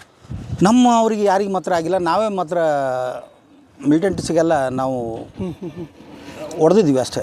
ಒಂದು QRT ಒಂದು ನಮ್ಮದು ಕ್ವಿಕ್ ರಿಯಾಕ್ಷನ್ ಟೀಮ್ ಅಂತೇಳಿ ಆ ಟೀಮ್ನಲ್ಲಿ ಇದ್ಕೊಂಡು ನಾವು ನೀವು ಎದುರಿಸಿದ್ರಿ ಅಂದರೆ ನಾವು ನಮ್ಮ ಟೀಮ್ ಸಂಗಡ ನಾವು ಫೈರಿಂಗ್ ಮಾಡಿದ್ದೀವಿ. ಕನಿಷ್ಠ ಒಂದು 4 ಕಿಲೋಮೀಟ್ರ್ ಒಬ್ಬವನು ಅಲ್ಲೇ ಹೊಡೆದ್ರೆ ಅವನು ಇನ್ನೂ 4 ಜನ ಮುಂದ್ಗಡೆ ಹೋಗ್ಬೇಕಂತಂದರೆ ಅವ್ರದ್ದು ಹಂಗೆ ಹೊಡಿದ್ದಾರೆ. ಅವರು ರಕ್ತ ಹನಿ ಸೋರ್ಕೊಂತಂದ್ರೆ ಅದೇ ರಕ್ತದಿಂದ ನೋಡ್ಕೊಂತ 4 ಕಿಲೋಮೀಟ್ರ್ ತನಕ ಹೋಗಿ ಅಲ್ಲಿ ಕಾಶ್ಮೀರದಲ್ಲಿ ದೊಡ್ಡ ಒಂದು ಗಿಡದಲ್ಲಿ ನಾವು ಬಣಿಮಿಗೆ ಕೆಳಗಡೆಯಿಂದ ಹಾಕ್ತೀವಿ. ನಮಗೆ ಇಲ್ಲಿ ಅವರು ಬಣಿಮಿಗೆ ಗಿಡದಲ್ಲಿಂದ ತೂಗಾಕ್ತಾರೆ. ಅವರು ಗಿಡದ ಮೇಲಿಂದ ತೂಗಾಕ್ತಾರೆ. ಅದರ ಒಳಗಡೆ ಹೋಗಿಸಿ ಅವ್ರು ಸೇರ್ಕೊಂಡಿದ್ರು. ಅದು ನಮ್ಗೆ ಇಲ್ಲಿ ಗೊತ್ತಾಯ್ತು, ರಕ್ತ ಇಲ್ಲಿಗೆ ಸ್ಟಾಪ್ ಆಯ್ತು. ಇಲ್ಲೇ ಆದಮೇಲೆ ನಾವೆಲ್ಲ ಸುತ್ತರಿದು ಅದಕ್ಕೆ ಬಾಂಬ್ ಬ್ಲಾಸ್ಟ್ ಮಾಡಿ ಅವ್ರನ್ನ 3 ಜನರನ್ನು ಸುಟ್ಟಾಕಿದ್ವಿ. ಒಬ್ಬ ಕಾಸಿಮ್ ಅಂತೇಳಿ, ಒಬ್ಬ ಜುಮ್ಜಿಮ್ ಅಂತೇಳಿ, ಕಾಸಿಮ್ ಕುಮಾರು ಚುಟ್ಟಿ ಜಾವು ಅಂತೇಳಿ ನಮ್ಮ ಪೋಸ್ಟ್ನಲ್ಲಿ ನಮ್ಮ ಒಂದು ಇದರಲ್ಲಿ ಇಡ್ತಿದ್ರು. ಅಂಥವ್ರನ್ನ ನಾವು ಉಗ್ರವಾದಿಗಳನ್ನ ನಮ್ಮ ಟೀಮು ನಮ್ಮ ಬಟಾಲಿಯನು ಎಲ್ಲ ಸೇರಿ ಒಂದು QRT ಟೀಮ್ ಕೂಡಿ ಅವ್ರನ್ನ ಈಗ ಮೊನ್ನೆ ರೀಸೆಂಟಾಗಿ ಆಪರೇಷನ್ ಸಿಂಧೂರ ಗೆತ್ತಲ್ರಿ, ಇದೇನು ಎಕ್ಸೆಪ್ಟೆಡಾ? ಇಂಡಿಯಾ ಗೆತ್ತದಂತ ನಿಮ್ಗೇನೋ ಅನಿಸುತ್ತಾ? ಅದು ಯುದ್ಧ ಅಲ್ಲ ಅಂತ ಅಂದ್ಕೊಂಡ್ರು ಕೂಡ ಯುದ್ಧದ ಕಾರ್ಮೋಡ ಅಂತೂ ಇದ್ದೇ ಇದ್ದವು ಹೌದಲ್ರಿ. ಈಗ ಆಲ್ಮೋಸ್ಟ್ ಇಂಡಿಯಾ ಕಡೆನೇ ಪರವಾಗಿ ರಿಸಲ್ಟ್ ಬಂದಿದ್ದು ಆಲ್ಮೋಸ್ಟ್ ಇಂಡಿಯಾದ ಕಡೆನೇ. ಈಗ ಆಪ್ರೇಷನ್ ಸಿಂಧೂರೇನು ಮಾಡ್ತೀವಲ್ರಿ, ಒಂದು ನೈತಿಕವಾಗಿ ಗೆಲುವು ಸೈನಿಕರಿಗೆ ಆಯಿತು. ಅಕಸ್ಮಾತ್ ನೀವೇನಾದರೂ ಇದು ನಿಮ್ಗೆ ಹೆಂಗೆ ಮನಸ್ಥಿತಿ ಇರ್ತಿತ್ತು ಸರ್? ಗೆದ್ದೇ ಗೆಲ್ತೀವಿ ಎಂಬುದು ನಮಗೊಂದು ಒಳಗೆ ಇತ್ತು ಸರ್, ಒಂದು ಹುಮ್ಮಸ್ಸಿತ್ತು ನಮ್ಗೆ. ಗ್ಯಾರಂಟಿ ಗೆದ್ದೇ ಗೆಲ್ತೀವಿ. ನಮ್ಮನ್ನ ಸಾಮಾನ್ಯ ಅಲ್ಲ ಸರ್, ನಮ್ಮ ಇಂಡಿಯನ್ ಆರ್ಮಿ, ನಮ್ಮ ಭಾರತದ ಸೈನಿಕ ಎಂದಿಗೂ ಸೋಲ್ತೀನಿ ಎಂಬುದು ಒಂದು ಅದನ್ನೇ ಇರಲ್ಲ. ಅದು ಒಂದು ನಮ್ಮ ಒಳಗೊಂದು ಗರ್ವ ಇರ್ತದೆ ಸರ್, ನಾವು ಗೆದ್ದೇ ಗೆಲ್ತೀವಿ ಅಂತೇಳಿ. ಹಾಂ ಸರ್. ಈಗ ಸರ್ ನೀವು ಊರಾಗಿದ್ರಿ, ಊರಾಗ ಅಂದ್ರೆ ಕೆಲವೊಂದಿಷ್ಟು ಜನ ಇರ್ತಾರೆ, ನಮ್ಮ ಫ್ರೆಂಡ್ಸ್ ಅಂತ ಇರ್ತಾರೆ. ಹೋಗ್ಬೇಕಾದಾಗ ಏನೋ ಒಂದು ಹೋಗ್ಬಿಡ್ತೀವಿ, 4 ತಿಂಗಳು 6 ತಿಂಗಳು ಊರನ್ನ ಮಿಸ್ ಮಾಡ್ಕೋಬೇಕು, ಜಾತ್ರೆಗಳನ್ನ ಮಿಸ್ ಮಾಡ್ಬೇಕು, ಊರಿನ ಸಂಭ್ರಮಗಳನ್ನ ಮಿಸ್ ಮಾಡ್ಬೇಕು. ಆ ಟೈಮ್ನಲ್ಲಿ ನಿಮ್ಗೆ ಏನು ಅನ್ಸಲ್ಲ ಸರ್? ಸರ್, ನನಗೆ ಯಾವತ್ತೂ ನಾ ಆಲ್ರೆಡಿ ಚಿಕ್ಕವನಿಂದಲೇ ಊರು ಬಿಟ್ಟು ಸ್ವಲ್ಪ ದೂರದಿಂದ ಇದ್ದೆ ಸರ್. ಮನೆ ಪರಿವಾರದಿಂದ ಸಂಬಂಧಿಕರು ದೂರ ನಿಂತು ಸಿದ್ಧಗಂಗಾ ಮಠದಲ್ಲಿ ಕಲ್ತಂಥವು ನಾನು. ಸಿದ್ಧಗಂಗಾ ಮಠ ಶಿವಕುಮಾರ ಸ್ವಾಮಿಗಳು ಇವತ್ತು ಈ ಸ್ಥಾನದಲ್ಲಿ ಇದ್ದೇನೆ ಅಂದ್ರೆ ಅವ್ರಿಗೆ ಒಂದು ನಾನು ಹೃದಯಪೂರ್ವಕ ಧನ್ಯವಾದ ಹೇಳ್ಬೇಕಾಗುತ್ತೆ ಸರ್. ಸಿದ್ಧಗಂಗಾ ಮಠ ಅನ್ನ ತಿಂದಿದ್ದೀನಿ, ಯಾವತ್ತೂ ಮರೆಯೋಕ್ಕಾಗಲ್ಲ. ಬಟ್ ಆ ಥರ ಸೆಂಟಿಮೆಂಟಲ್ಲಿ ಬೆಳೆದಿಲ್ಲ ಸರ್. ನಾನು ಏನಿದ್ರು ಚಿಕ್ಕ ವಯಸ್ಸಲ್ಲಿ ನಾನು ಎಕ್ಸ್ಪೆಷಲ್ D.Ed ಮಾಡ್ತೀನಿ ಸರ್. ನಮ್ಮ ಪ್ರಿನ್ಸಿಪಾಲ್ ಕೂಡ ಬೈತಾ ಇದ್ರು, ನೀನು ಯಾವತ್ತು ಜೀವಮಾನದಲ್ಲಿ ಟೀಚರ್ ಆಗಲ್ಲ ಅಂತೇಳಿ. ನನಗೆ ಗೊತ್ತಿತ್ತು ನಾನು ಟೀಚರ್ ಆಗಲ್ಲ ಅಂತೇಳಿ. ಮನೆ ಪರಿಸ್ಥಿತಿ ಗೌರ್ಮೆಂಟ್ ಸೀಟ್ ಸಿಕ್ಕಿತ್ತು, ಏನೋ ಹೋಗಿಬಿಟ್ಟಿದ್ದೆ ಆಗಿದೆ. ಬಟ್ ನಾನು ಎಲಿಜಿಬಲ್ ಇಲ್ಲ ಅಂತ ಸರ್. ಒಬ್ಬ ಟೀಚರ್ ಪೋಸ್ಟ್ ಕೂಡ ಅಷ್ಟೊಂದು ಅಮೂಲ್ಯವಾದದಂತ. ಯಾಕಂದರೆ ಮನೆಗೆ ಎಷ್ಟು ಬುನಾದಿ ಮುಖ್ಯವೋ ಶಿಕ್ಷಕರು ಕೂಡ ಅಷ್ಟು ಸಮಾಜ ಒಂದು ರೂಪಿಸೋಕ್ಕೋಸ್ಕರ ಅಷ್ಟೇ ಮುಖ್ಯ ಆಗುತ್ತೆ. ಹಂಗಾಗಿ ನನಗೆ ಗೊತ್ತಿತ್ತು ಆ ಕೆಲಸಕ್ಕೆ ಎಲಿಜಿಬಲ್ ಇಲ್ಲ. ನಾನು ಏನಿದ್ರು ಕೂಡ ಆರ್ಮಿ ಸೇರ್ಬೇಕಂತೇಳಿ ನಾನು 6th ಸ್ಟ್ಯಾಂಡರ್ಡ್ ನಾನು ನಿರ್ಧಾರ ಕೈಗೊಂಡಿದ್ದೆ ಸರ್. ಸರ್, ಈಗ ನೀವು ಆರ್ಮಿಗೆ ಹೋಗ್ಬೇಕಾದ್ರೆ ನಿಮ್ಮ BSF ಆಲ್ಮೋಸ್ಟ್ ನಿಮ್ಮ ಬಾರ್ಡರ್ ಡ್ಯೂಟಿನೇ ಇರ್ತದೆ. ಆವಾಗ ನಿಮ್ಮ ಮನೆಯವರ ಪರಿಸ್ಥಿತಿ ಹೆಂಗಿತ್ತು ಸರ್? ಅಂದರೆ ಹೋಗೋಕ್ಕೆ ಪರ್ಮಿಷನ್ ಕೊಟ್ಟರು ಅಥವಾ ಬೀಳ್ಕೊಡುಗೆ ಹೆಂಗಿತ್ತು ಸರ್? ನಿಮ್ಗೆ ಹೋಗೋಕ್ಕೆ ಹೆಂಗಿತ್ತು ಸರ್? ಅಷ್ಟು ಆ ಜನರಿಗೆ ಆ ಟೈಮ್ನಲ್ಲಿ ಯಾರಿಗೂ ಗೊತ್ತಿದ್ದಿಲ್ಲ, ದೇಶದ ಬಗ್ಗೆ ಯಾರಿಗೂ ಅಷ್ಟು ಗೊತ್ತಿದ್ದಿಲ್ಲ. ಆದರೂ ನಮ್ಮ ತಂದೆ ತಾಯಿ ಓದಲಾರ್ದವರು ಅಂಥ ಒಂದು ಪರಿಸ್ಥಿತಿಯಲ್ಲಿ ನಾನು ದೇಶಕ್ಕಾಗಿ ಹೋಗ್ಬೇಕಪ್ಪ, ಮಾಡಬೇಕು ಅಂತೇಳಿ ನನ್ನ ಬಳಿ ಒಂದು ಛಲ ಇತ್ತು. ನಾವು ಹೋಗ್ತೀನಿಯಪ್ಪ ಅಂತೇಳಿ ಹೋಗಿ ನಾನು ಇಷ್ಟು ದಿನ ದೇಶ ಸೇವೆ ಮಾಡಿ ಅವ್ರನ್ನು ಪರ್ಮಿಷನ್ ಕೊಟ್ಟರು ತಂದೆ ತಾಯಿ. ಪರವಾಗಿಲ್ಲ, ಹೋಗಿ ಬಾ ಮಗನೇ, ನೀನು ಹೋಗಿ ಬಾ, ಪರವಾಗಿಲ್ಲ ಮಾಡು, ನೀನು ಹೋಗಿ ಬಾ ಅಂತೇಳಿ. ಯಾಕಂದ್ರೆ ಆ ಬಡತನ ಪರಿಸ್ಥಿತಿ ಸರ್ ಆ ಟೈಮ್ನಲ್ಲಿ. ಅದು ಮಾತ್ರ ನಮ್ಗೆ ಏನಿಲ್ಲ, ಒಂದು ಯಾವುದಾರ ಒಂದು ಜಾಬ್ ಮಾಡಲೇಬೇಕಪ್ಪ ಅಂತ ಹೇಳಿ ನಮ್ಮ ಮನಸ್ಸಿನಲ್ಲಿ ಗುರಿ ಇಟ್ಕೊಂಡಿದ್ದೀವಿ. ಆ ಗುರಿಯಲ್ಲಿ ಇದು ಫಸ್ಟ್ ನಮ್ಗೆ ಆರ್ಮಿ, ಇಂಡಿಯನ್ ಆರ್ಮಿ ನಾವು ಸೆಲೆಕ್ಷನ್ ಆಗಬೇಕು, ಒಟ್ಟು ದೇಶ ಸೇವೆ ಮಾಡಬೇಕು ಎಂಬುದು ಒಂದು ಕನಸಿತ್ತು ನಮ್ಗೆ. ಅದನ್ನು ಸರ್ ಈಗ ಹೆಂಗೆ ಅನಿಸ್ತದೆ ಸಮಾಜದೊಳಗೆ ನಿಮ್ಗೆ ನೋಡೋ ದೃಷ್ಟಿಕೋನ ಬೇರೆ ಆಗಿರ್ತದೆ, ನಿಮ್ಗೊಂದು ರೆಸ್ಪೆಕ್ಟ್ ಇರ್ತದೆ ಸಮಾಜ ಸರ್? ಈಗಲೂ ಕೂಡ ನಾವು ಕಾರ್ಗಿಲ್ ಯುದ್ಧದ ನಂತರ ನಮ್ಮ ಸಂಭ್ರಮ ಆಚರಿಸಿದ್ರೆ ಪ್ರತಿಯೊಂದು ಕರ್ನಾಟಕ ರಾಜ್ಯದಂಥ ದೇಶದಾದ್ಯಂತ ಅವರು ಜನಗಳ ಮನಸ್ಥಿತಿ ಹೆಂಗಿದೆ ಅಂದರೆ ಭಾಳ ಖುಷಿ ಆಗುತ್ತೆ. ಯಾಕಂದರೆ ಈ ಒಂದು ಕಾರ್ಗಿಲ್ ವಿಷಯವನ್ನು ತಮ್ಮ ಮನೆಯ ಸ್ವಂತ ಹಬ್ಬ ಒಂದು ಭಾವನೆಯಿಂದ ಆಚರಿಸ್ತಾ ಇದ್ದಾರೆ ಸರ್. ಅದಕ್ಕೆ ಮುಂಚೆ ನಾವು ಹೇಳ್ಕೊಡ್ಬೇಕಾಗಿತ್ತು. ಅಂತ ಒಂದು ಇಡೀ ಎಲ್ಲ ಪ್ರತಿಯೊಬ್ಬ ಸಾರ್ವಜನಿಕರಲ್ಲಿ ಬಂದ್ಬಿಟ್ಟಿದೆ ಸರ್. ನಮ್ಮ ಸ್ವಂತ ನಮ್ಮದೇ ಸ್ವಂತ ಹಬ್ಬ, ನಾವು ಹೆಂಗೆ ಯುಗಾದಿ ದೀಪಾವಳಿ ಹೆಂಗೆ ಆಚರಣೆ ಮಾಡ್ತೀವಿ ಸರ್, ಅಂತ ಒಂದು ಭಾವನೆಯಿಂದ ಈಗ ಜನಗಳೆಲ್ಲ ಆಚರಣೆ ಮಾಡ್ತಾರೆ. ನನಗೆ ಭಾಳ ಖುಷಿ ಆಗುತ್ತೆ ಸರ್. ಅದರಿಂದ ಸರ್ ಒಂದು ಈಗಿನ ಕಾಲದಲ್ಲಿ ಜನರೇಷನ್ ಸರ್ ದೃಷ್ಟಿಕೋನ ಸ್ವಲ್ಪ ಭಾಳ ಚೇಂಜಸ್ ಆಗಿದೆ. ಅದ್ರಿಂದ ಕೆಲವೊಬ್ಬರು ಇರ್ತಾರೆ ಸರ್, ಸಮಾಜದ ಮೇಲೆ ಒಳ್ಳೆಯವರು ಕೆಟ್ಟ ಎರಡು ಇರ್ತಾರೆ. ಮೊನ್ನೆ ಒಂದು ಪುಲ್ವಾಮಾ ಅಟ್ಯಾಕ್ ಆದಾಗ ಒಂದು ಕೆಲವೊಂದು ಯಾವುದು ನಾನು ಹೇಳೋಕೆ ಇಷ್ಟಪಡಲ್ಲ ಸರ್. ಅಲ್ಲಿ ಅಟ್ಯಾಕ್ ಆದಾಗಳು ಕೆಲವೊಬ್ರು ಅದು ಪ್ರೂಫ್ ಕೇಳ್ತಾ ಇದ್ರು. ಅದಿಲ್ಲದೆ ಆದ್ಮೇಲೆ ಇನ್ನೊಬ್ಬರು ಜಮ್ಮು ಕಾಶ್ಮೀರಕ್ಕೆ ಯಾರೋ ಒಬ್ರು ರಾಜಕಾರಣಿಗಳು ಅವರು ಜನಗಣತಿ ಜಾತಿ ಲೆಕ್ಕ ಕೊಡ ಅಂತ ಹೇಳಿದ್ರು ಸರ್. ಜಾತಿ ಎಷ್ಟು ಜನ, ಯಾವ ಜಾತಿ, ಎಸ್ ಸಿ ಅವರು ಎಷ್ಟು ಜನ, ಎಸ್ ಸಿ ಅವರು ಎಷ್ಟು ಜನ, ಅದು ಇಂಪಾರ್ಟೆಂಟ್ ಆಗಲ್ಲ ಸರ್. ನಾನು ಅವ್ರಿಗೆ ಈ ಒಂದು ತಮ್ಮ ಚಾನಲ್ ಮುಖಾಂತರ ಒಂದು ಅವ್ರು ಕೇಳಕ್ಕೆ ಇಷ್ಟಪಡ್ತೀನಿ. ನಾವು ಹುತಾತ್ಮರ ಯುದ್ಧರನ್ನು ಏನು ಕೊಲೆ ಮಾಡಿದಲ್ಲ ಸರ್, ಅವ್ರು ಜಾತಿ ಗಣಿತ ಮಾಡ್ಬೋದಲ್ಲ, ಅವ್ರು ಯಾವ ಜಾತಿಗೆ ಸೇರಿದ್ರಂತ ಅದು ಕೂಡ ಒಂದು ಲೆಕ್ಕ ಕೊಡ್ಬೇಕಂತ. ಲೆಕ್ಕ ಕೊಡ್ಬೇಕಂತ. ಅದು ಆ ಭಾವನೆ ಬರಬಾರ್ದು ಸಮಾಜದಲ್ಲಿ. ದೇಶ ಅಂತ ಬಂದಾಗ ದೇಶಕ್ಕಾಗಿರ್ಬೇಕು. ಹೌದು ಸರ್. ಈಗ ಮೊನ್ನೆ ರೀಸೆಂಟಾಗಿ ಅದನ್ನು ಕೇಳಿದೆ ನಾನು. ಈಗ ಏರ್ ಸ್ಟ್ರೈಕ್, ಸರ್ಜಿಕಲ್ ಸ್ಟ್ರೈಕ್ ಆಗ್ತದೆ. ಸ್ಟ್ರೈಕ್ ಆದಮೇಲೆ ನೀವು ಸಾಕ್ಷಿ ಕೇಳ್ರಿ ಕೊಡ್ರಿ ಅಂತ ಹೇಳ್ತಾರೆ. ಆರ್ಮಿ ಬಂದು ಡೈರೆಕ್ಟಾಗಿ ಮಾತಾಡ್ಲಿಕ್ಕೆ ಆಗಲ್ಲ ಸರ್. ಕೆಲವೊಂದು ಟೈಮಲ್ಲಿ ಏನಾಗುತ್ತೆ ಅಂದರೆ ಕೆಲವೊಬ್ಬರು ನಮ್ಮ ಸರ್ ಇರ್ತಾರೆ, ಅವ್ರಿಗೆ ನಮ್ಮ ಹಿರಿಯರ್ ಸರ್ಗಳಿದ್ದಾರೆ, ಕೆಲವೊಂದು ಸಸ್ಪೆನ್ಸ್ ಇಡಬೇಕಾಗುತ್ತೆ ಸರ್. ಯಾಕೆ ಅಂದರೆ ಮೊನ್ನೆ ಒಂದು column 371 Jammu Kashmir column auto sir, ಅಲ್ಲಿ ಟೋಟಲು ನೆಟ್ವರ್ಕು ಎಲ್ಲ ಟೋಟಲ್ ಬಂದ್ ಮಾಡಿ ಕೆಲವೊಂದು ಸ್ಪ್ರೆಡ್ ಆದರೆ ಏನಂತ, ಈಗ ಯಾರಿಗೆ ನಾನು ಹೊಡೆಯಕ್ಕೆ ಹೋಗ್ತೀನಿ, ಯಾವುದೋ ಒಂದು ಕೊಲೆ ಮಾಡೋಕೆ ಹೋಗ್ತೀನಿ, ಅವ್ರಿಗೆ ನಾವು ಪಬ್ಲಿಸಿಟಿ ಮಾಡೋಕ್ಕೆ ಹೋಗಲ್ಲ ಸರ್. ಹಂಗಾಗಿ ಕೆಲವೊಂದು ಸಸ್ಪೆನ್ಸ್ ಇಡಬೇಕಾಗುತ್ತೆ. ಹಂಗಾಗಿ ಸಾಕ್ಷಿ ಕೇಳೋದು ಅದು ನನಗೆ ಒಂದು ಸಮಾಜದಲ್ಲಿ ಚೆನ್ನಾಗಿರಲ್ಲ ಅಂತ ನನಗೆ ಅನಿಸ್ತದೆ. ಸಮಾಜ ಕೆಲವೊಂದು ಆರ್ಮಿ ಕೆಲವೊಬ್ಬರು ಮಾತ್ರ ಗೌಪ್ಯವಾಗಿ ಇಡಬೇಕಾಗುತ್ತೆ ಸರ್ ಮಾಹಿತಿ. ನಾವು ಪಬ್ಲಿಸಿಟಿ ಕೊಟ್ಟು ಟಿ.ವಿ. ನೇಲಿ ಕೊಟ್ಟು ಪಬ್ಲಿಕ್ ನೇಲಿ ಕೊಟ್ಟು ನಾವು ಎನ್ಕೌಂಟರ್ ಮಾಡೋಕೆ ಹೋಗ್ತೀವಿ ಅಂತ ಹೇಳಕ್ಕೆ ಸಾಧ್ಯನೇ ಇಲ್ಲ ಸರ್. ಯಾಕಂದ್ರೆ ನಮ್ಮ ನೋಡ್ತಿರ್ತಾರೆ ಅವರು. ಹೌದು, ನೋಡ್ತಿರ್ತಾರೆ. ಅವ್ರ ಪ್ಲಾನಿಂಗ್ ಕೂಡ ಚೇಂಜ್ ಆಗುತ್ತೆ ಅಲ್ಲ ಸರ್. ಈಗ ಸದ್ಯ ಹುಡುಗರಿಗೆ ಆರ್ಮಿ ಸೇರ್ಬೇಕಂತಂದ್ರೆ ನಿಮ್ಮ ಗೈಡೆನ್ಸ್ ಏನಾದ್ರು ಏನೇನು ಮಾಡ್ಬೋದು, ಪ್ರಿಪ್ರೇಷನ್ ಹೆಂಗಿರ್ಬೇಕು? ಈಗ ಆರ್ಮಿಗೆ ಹೋಗ್ಬೇಕಂತಂದ್ರೆ ಭಾಳಷ್ಟು ಜನರಿಗೆ ಅನುಕೂಲವಾಗಿದೆ. ಯಾಕೆ ಕೋಚಿಂಗ್ ಆಗಿದೆ, ಕೋಚಿಂಗ್ ಇರಲಿಲ್ಲ. ಯಾವುದು ಕೋಚಿಂಗ್ ಇಲ್ದೇ ನಾವು ಒಂದು ದಿನ ರನ್ನಿಂಗ್ ಮಾಡಿದ್ದಿಲ್ಲ ನಾವು ನಿಜವಾಗ್ಲೂ. ಅದೇ ದಿನನೇ ಫಸ್ಟ್ ಓಡಿದಂತಂದ್ರೆ 3ನೇ ಸ್ಥಾನದಲ್ಲಿ ಬಂದಿದ್ದೆ ನಾನು ರನ್ನಿಂಗು. ಅಷ್ಟು ಒಂದು ನಮ್ಗೆ ಅದಿತ್ತು, ಸ್ಪಿರಿಟ್ ಇತ್ತು. ಈಗಿನ ಜನರಿಗೆ ಇಷ್ಟು ಕೋಚಿಂಗ್ ತಗೊಂಡ್ರು ಸದಾ ಅವರಿಗೆ ರನ್ನಿಂಗ್ದಲ್ಲಿ ಓಡೋಕ್ಕಾಗ್ತಾ ಇಲ್ಲ. ಯಾಕಂದರೆ ಇವರು ಅಷ್ಟು ಏಬಲ್ ಆಗಿಲ್ಲ. ಆದ್ರೂ ಅದಕ್ಕಾಗಿ ಇವರು ಕೋಚಿಂಗ್ ಹೋಗ್ತಿದ್ದಾರೆ. ನಮಗೆ ಕೋಚಿಂಗ್ ಇಲ್ದೇ ನಾವು ಸೈನ್ಯದಲ್ಲಿ ಭರ್ತಿಯಾಗಿ ಸೇವೆ. ಈಗೇನಾದರೂ ಒಂದು emergency old army retired army ಬರ್ರಿಯಪ್ಪ ಸ್ವಲ್ಪ ಎಮರ್ಜೆನ್ಸಿ ಆದ್ರೆ ಹೆಂಗೆ ಮಾಡ್ಬೋದು? ರೈಟ್ ಸರ್, ನಾವು ಬರ್ತೀವಿ, ಹೋಗ್ತಿದ್ವಿ, ರೆಡಿ ಇದೀವಿ ನಾವು. ಅಟ್ಲೀಸ್ಟ್ ಕಡೆ ಸಪೋರ್ಟಿವ್ ಸ್ಟಾಪ್ ನಾವು ಹೋಗ್ತೀವಿ ಸರ್. ನಾವು 100% ನಾವು ಹೋಗಿ ಇನ್ನಾದ್ರೂ ಇದೆ ಸರ್. ನಮ್ಮ ಸಾಹೇಬರಿಗೆ ಮಾತ್ರ ಅದಕ್ಕೆ ಎಂದಿಗೂ ಹೋಗಲ್ಲ ಸರ್. ಅದು ನಮ್ಮ ಒಳಗೆ ಇದ್ದೇ ಇರ್ತದೆ. ನಾವು ದೇಶಕ್ಕಾಗಿ ಮಡಿಯೋಣ, ದೇಶಕ್ಕಾಗಿ ಬದುಕೋಣ ಅಂತೇಳಿ. ಸರ್ ಇನ್ನೊಂದ್ರೆ ನಿಮಗೇನು ಅನ್ಸುತ್ತೆ ಸರ್, ಈಗಿನ ಹುಡುಗರು ಈಗ ಮನೆಗೊಂದು ಗೌರ್ಮೆಂಟ್ ಜಾಬ್ ಆಗ್ಬೇಕು, ಆದ್ರೆ ಆರ್ಮಿ ಆದ್ರೆ ಡೌಟು ಒಂದು ಮನಸ್ಥಿತಿ ಐತಿ. ಏನೋ ಹೋಗ್ತೀವಿ ಅಂತ ಈಗ ಊರ್ನಾಗ ಇರ್ತಾರೆ, ಮನೆಯವರು ಅದು ಸಮಾಜದ ಒತ್ತಡ ಏನಂತ ಬಡವ್ರ ಮಕ್ಕಳು ಸಾಯ್ಬೇಕು, ಅಲ್ಲಿಗೆ ಯಾಕೆ ಹೋಗ್ಬೇಕು ಅನ್ನೋ ಒಂದು ಉದ್ದೇಶ ಮನಸ್ಥಿತಿ ಅಂದ್ರೆ ಅವಾಗೇನು ಅನಿಸುತ್ತೆ ಸರ್ ನಿಮಗೆ? ಬಟ್ ಅದೇ ಸರ್, ಒಂದು 6 ಮಂತ್ ಮುಂಚೆ ನಾನು ರಾಯಚೂರು ಹೋಗಿದ್ದು ಸರ್. NCCಗೆ ಟ್ರೈನಿಂಗ್ ಕೊಡೋಕ್ಕಂತ ಯಾರು ಕಳಿಸಿದ್ರು ಸರ್. ಒಂದು 6-7 ಮಂತ್ ಆಯ್ತು ಸರ್ ಬಿಫೋರು. ಅವರು NCC ಸಿ ಬ್ರಿಗೇಡ್ಗೆ ಅವ್ರಿಗೆ ಟ್ರೈನಿಂಗ್ ಕೊಡ್ಬೇಕಂತ ಕರೆದ್ರು. ಬಟ್ ನಾನು ಹೋಗಿ ಬಂದೆ ಸರ್. ಅಲ್ಲಿ ಹುಡುಗರು ಕೇಳ್ತಾ ಇದೆ ಸರ್ ನೀವು ಆರ್ಮಿ ಡ್ರಿಲ್ ಮಾಡೋದು, ಲೆಫ್ಟ್ ಮಾಡೋದು ಭಾಳ ಚೆನ್ನಾಗಿರುತ್ತೆ ಸರ್, ನೋಡೋಕೆ ಭಾಳ ಸುಂದರವಾಗಿರುತ್ತೆ ಅಂತ ಹೇಳಿದ್ರು. ನಾನು ಹೇಳಿದೆ ಅವ್ರ ಹುಡುಗರಿಗೆ, ನೀವು ಮಾಡೋದು ಕೂಡ ಚೆನ್ನಾಗಿರುತ್ತೆ, ಲೆಫ್ಟ್ ರೈಟ್ ಎಲ್ಲರೂ ಮಾಡ್ತಾರೆ. ಬಟ್ ನಮ್ಮ ಆರ್ಮಿದವರು ನಮ್ಮ ಏನು ಸರ್ಗಳೇನು ಇದ್ದಾರೆ ಅವರೆಲ್ಲ ಅದೇ ಮಾಡಿ ಬರ್ತಾರೆ. ಒಂದು ಲೆಫ್ಟ್ ರೈಟ್ ಮಾಡೋಕೊಂಡ್ರು ಒಂದು ಅವ್ರದ್ದೇ ಒಂದು ಧ್ಯೇಯವಾಗಿರ್ತಾರೆ. ಅದು ಧ್ಯೇಯಕನ್ನ ಸುಮ್ಮನೆ ಲೆಫ್ಟ್ ಮಾಡಲ್ಲ ಸರ್ ಅವರು. ಅದು ಒಂದು ದೇಶದ ಕಣ್ಣು ಭಾರತ ಮಾತೆ ಕಾಣ್ತಾ ಇರ್ತಾರೆ ಸರ್. ಅವಾಗ ಅವ್ರು ಅನ್ಕಂಡೇ ಮಾಡೋ ಸರ್, ಜಾನ್ ಬಿ ದೇಂಗೆ ಕೂನ್ ಬಿ ದೇಂಗೆ ಲೇಕಿನ್ ಕಬಿ ದೇಶಕ್ಕೆ ಮಿಟ್ಟಿ ಕಬಿ ನೈ ದೇಂಗೆ ಅಂತ. ಅಂದರೆ ರಕ್ತನ ಕೊಡ್ತೀವಿ, ಜೀವನ ಕೊಡ್ತೀವಿ, ಆದ್ರೆ ಭಾರತ ಮಂಡಲ ಮಾತ್ರ ಯಾವತ್ತೂ ಕೊಡಲ್ಲ. ಆ ದೇವ ಹಾಕಿದ್ರೆ ಮಾತ್ರ ಲೆಫ್ಟ್ ಮಾಡಿಸ್ತಾರೆ. ಅದೆಲ್ಲ ಪರ್ಮನೆಂಟ್ ಹಂಗೇನೆ ಸರ್. ಅವ್ರಿಗೆಲ್ಲ ಮನಸ್ಥಿತಿ ಹಂಗೆ ಬರೆಸ್ತಾರೆ. ಆ ಒಂದು ಮನಸ್ಥಿತಿ ಅವ್ರು ಲೆಫ್ಟ್ ಮಾಡೋದು.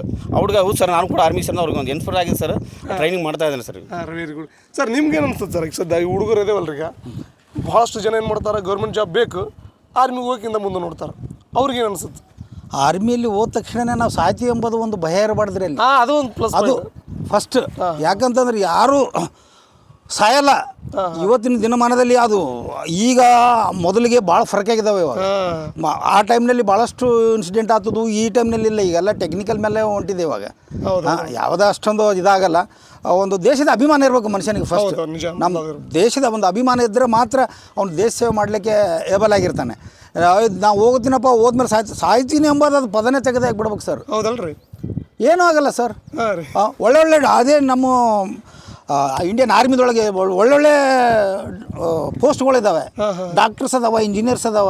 ಹೌದಲ್ರಿ, ಹಾ, ಬೇರೆ ಬೇರೆ ಬೇರೆ ಬೇರೆ ಅದಾವ ಸರ್. ಇವನ್ ಅಡಿಗೆ ಮಾಡೋರು ಕೂಡ ಒಬ್ಬ ಕುಕ್ಕಲಿಂದ ಹಿಡ್ಕೊಂಡು, ಒಬ್ಬ 4th ಕ್ಲಾಸಿಂದ ಹಿಡ್ಕೊಂಡು ಹೈಯರ್ ಆಫೀಸರ್ ತಕ್ಕನ ಆಗ್ಬೋದು. ನಾವೇನು BSF ಆಗಲಿ ಆದ್ರೇನೆ ಒಬ್ಬ ಸಿಪಾಯಿಯಾಗಿ ಸೋಲ್ಜರ್ ಆಗಿ ಹೋಗ್ಬೇಕಂಬುದೇನು ಆಗಿದಿಲ್ಲ ಸರ್. ಒಳ್ಳೆ ಡಿಗ್ರಿ ಪ್ರಕಾರ ನೀವು ಡೈರೆಕ್ಟ್ ಕ್ಯಾಪ್ಟನ್ ಆಗ್ಬೋದು. ಅಲ್ಲಿಂದ ಮತ್ತೆ ಒಳ್ಳೆ ಮೆಡಿಕಲ್ನಿಂದ ನೀವು ಹೋದ್ರೆ ನೀವು ಡಾಕ್ಟರ್ ಆಗ್ಬೋದು. ನಿಮ್ಮ ಡಾಕ್ಟರ್ದೇ ಕೊಟ್ಟಿರ್ತಾರೆ. ಎಲ್ಲ ಡಿಪಾರ್ಟ್ಮೆಂಟ್ ಎಲ್ಲ ಥರದ್ದು ಕೋರ್ಸಸ್ಗಳು ಬೇರೆ ಇರ್ತವೆ ಸರ್. ಬೇರೆ post. Medical department, infantry group, engineer group, artillery group. ಈ ಯಾವ ಗ್ರೂಪ್ ಇರ್ಲಿಕ್ಕೂ ನಡೆಯೋದಿಲ್ಲ, ಎಲ್ಲ ಬೇಕೇ ಬೇಕು. ಅಲ್ಲೆಲ್ಲ ನಮಗೆ ಇಲ್ಲ ಅಂತಂದ್ರೆ ಆ ಟೈಪ್ ನಮ್ಗೆ ಕಲಿಸಿರ್ತಾರೆ. ಆಲ್ರೆಡಿ ಇವರು ಇಂಜಿನಿಯರ್ ಎಲ್ಲ ಓದಿರ್ತಾರೆ ಅಂತಂದ್ರೆ ಅವರು ಸದಾ ಸೆಲೆಕ್ಷನ್ ಆಗಿ ನಾಳೆ ಅಲ್ಲಿ ಸೇವೆ ಸಲ್ಲಿಸ್ಬೋದು. ಸರ್, ನನಗೆ ಮಿಲ್ಟ್ರಿ ಅಂದ ತಕ್ಷಣ ನಾವು ಭಾಳ ಭಯ ಆಗದವ್ರು ಕೊಡೋ ಪನಿಷ್ಮೆಂಟ್ ನೋಡಿ ನಾನು ಎಸ್ಕೊಂತೀನಿ.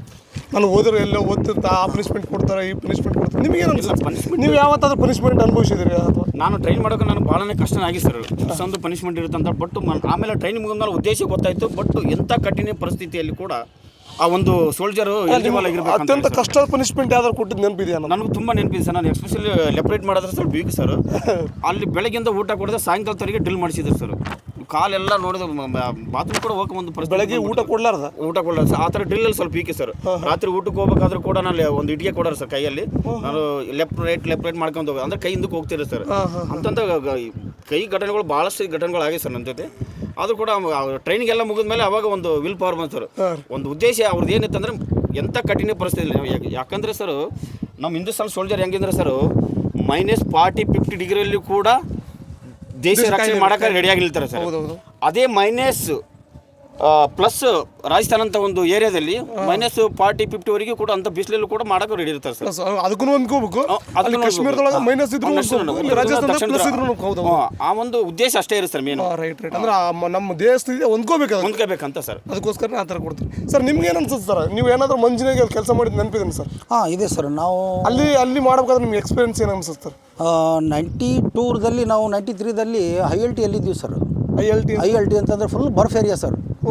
ಕಾರ್ಗಿಲ್ ಆಚೆ ಸರ್. ಅಲ್ಲಿ ಸರ್ ಕಾರ್ಗಿಲ್ ದಾಟಿ ಮೇಲೆ ಹೈಟ್ ಸರ್.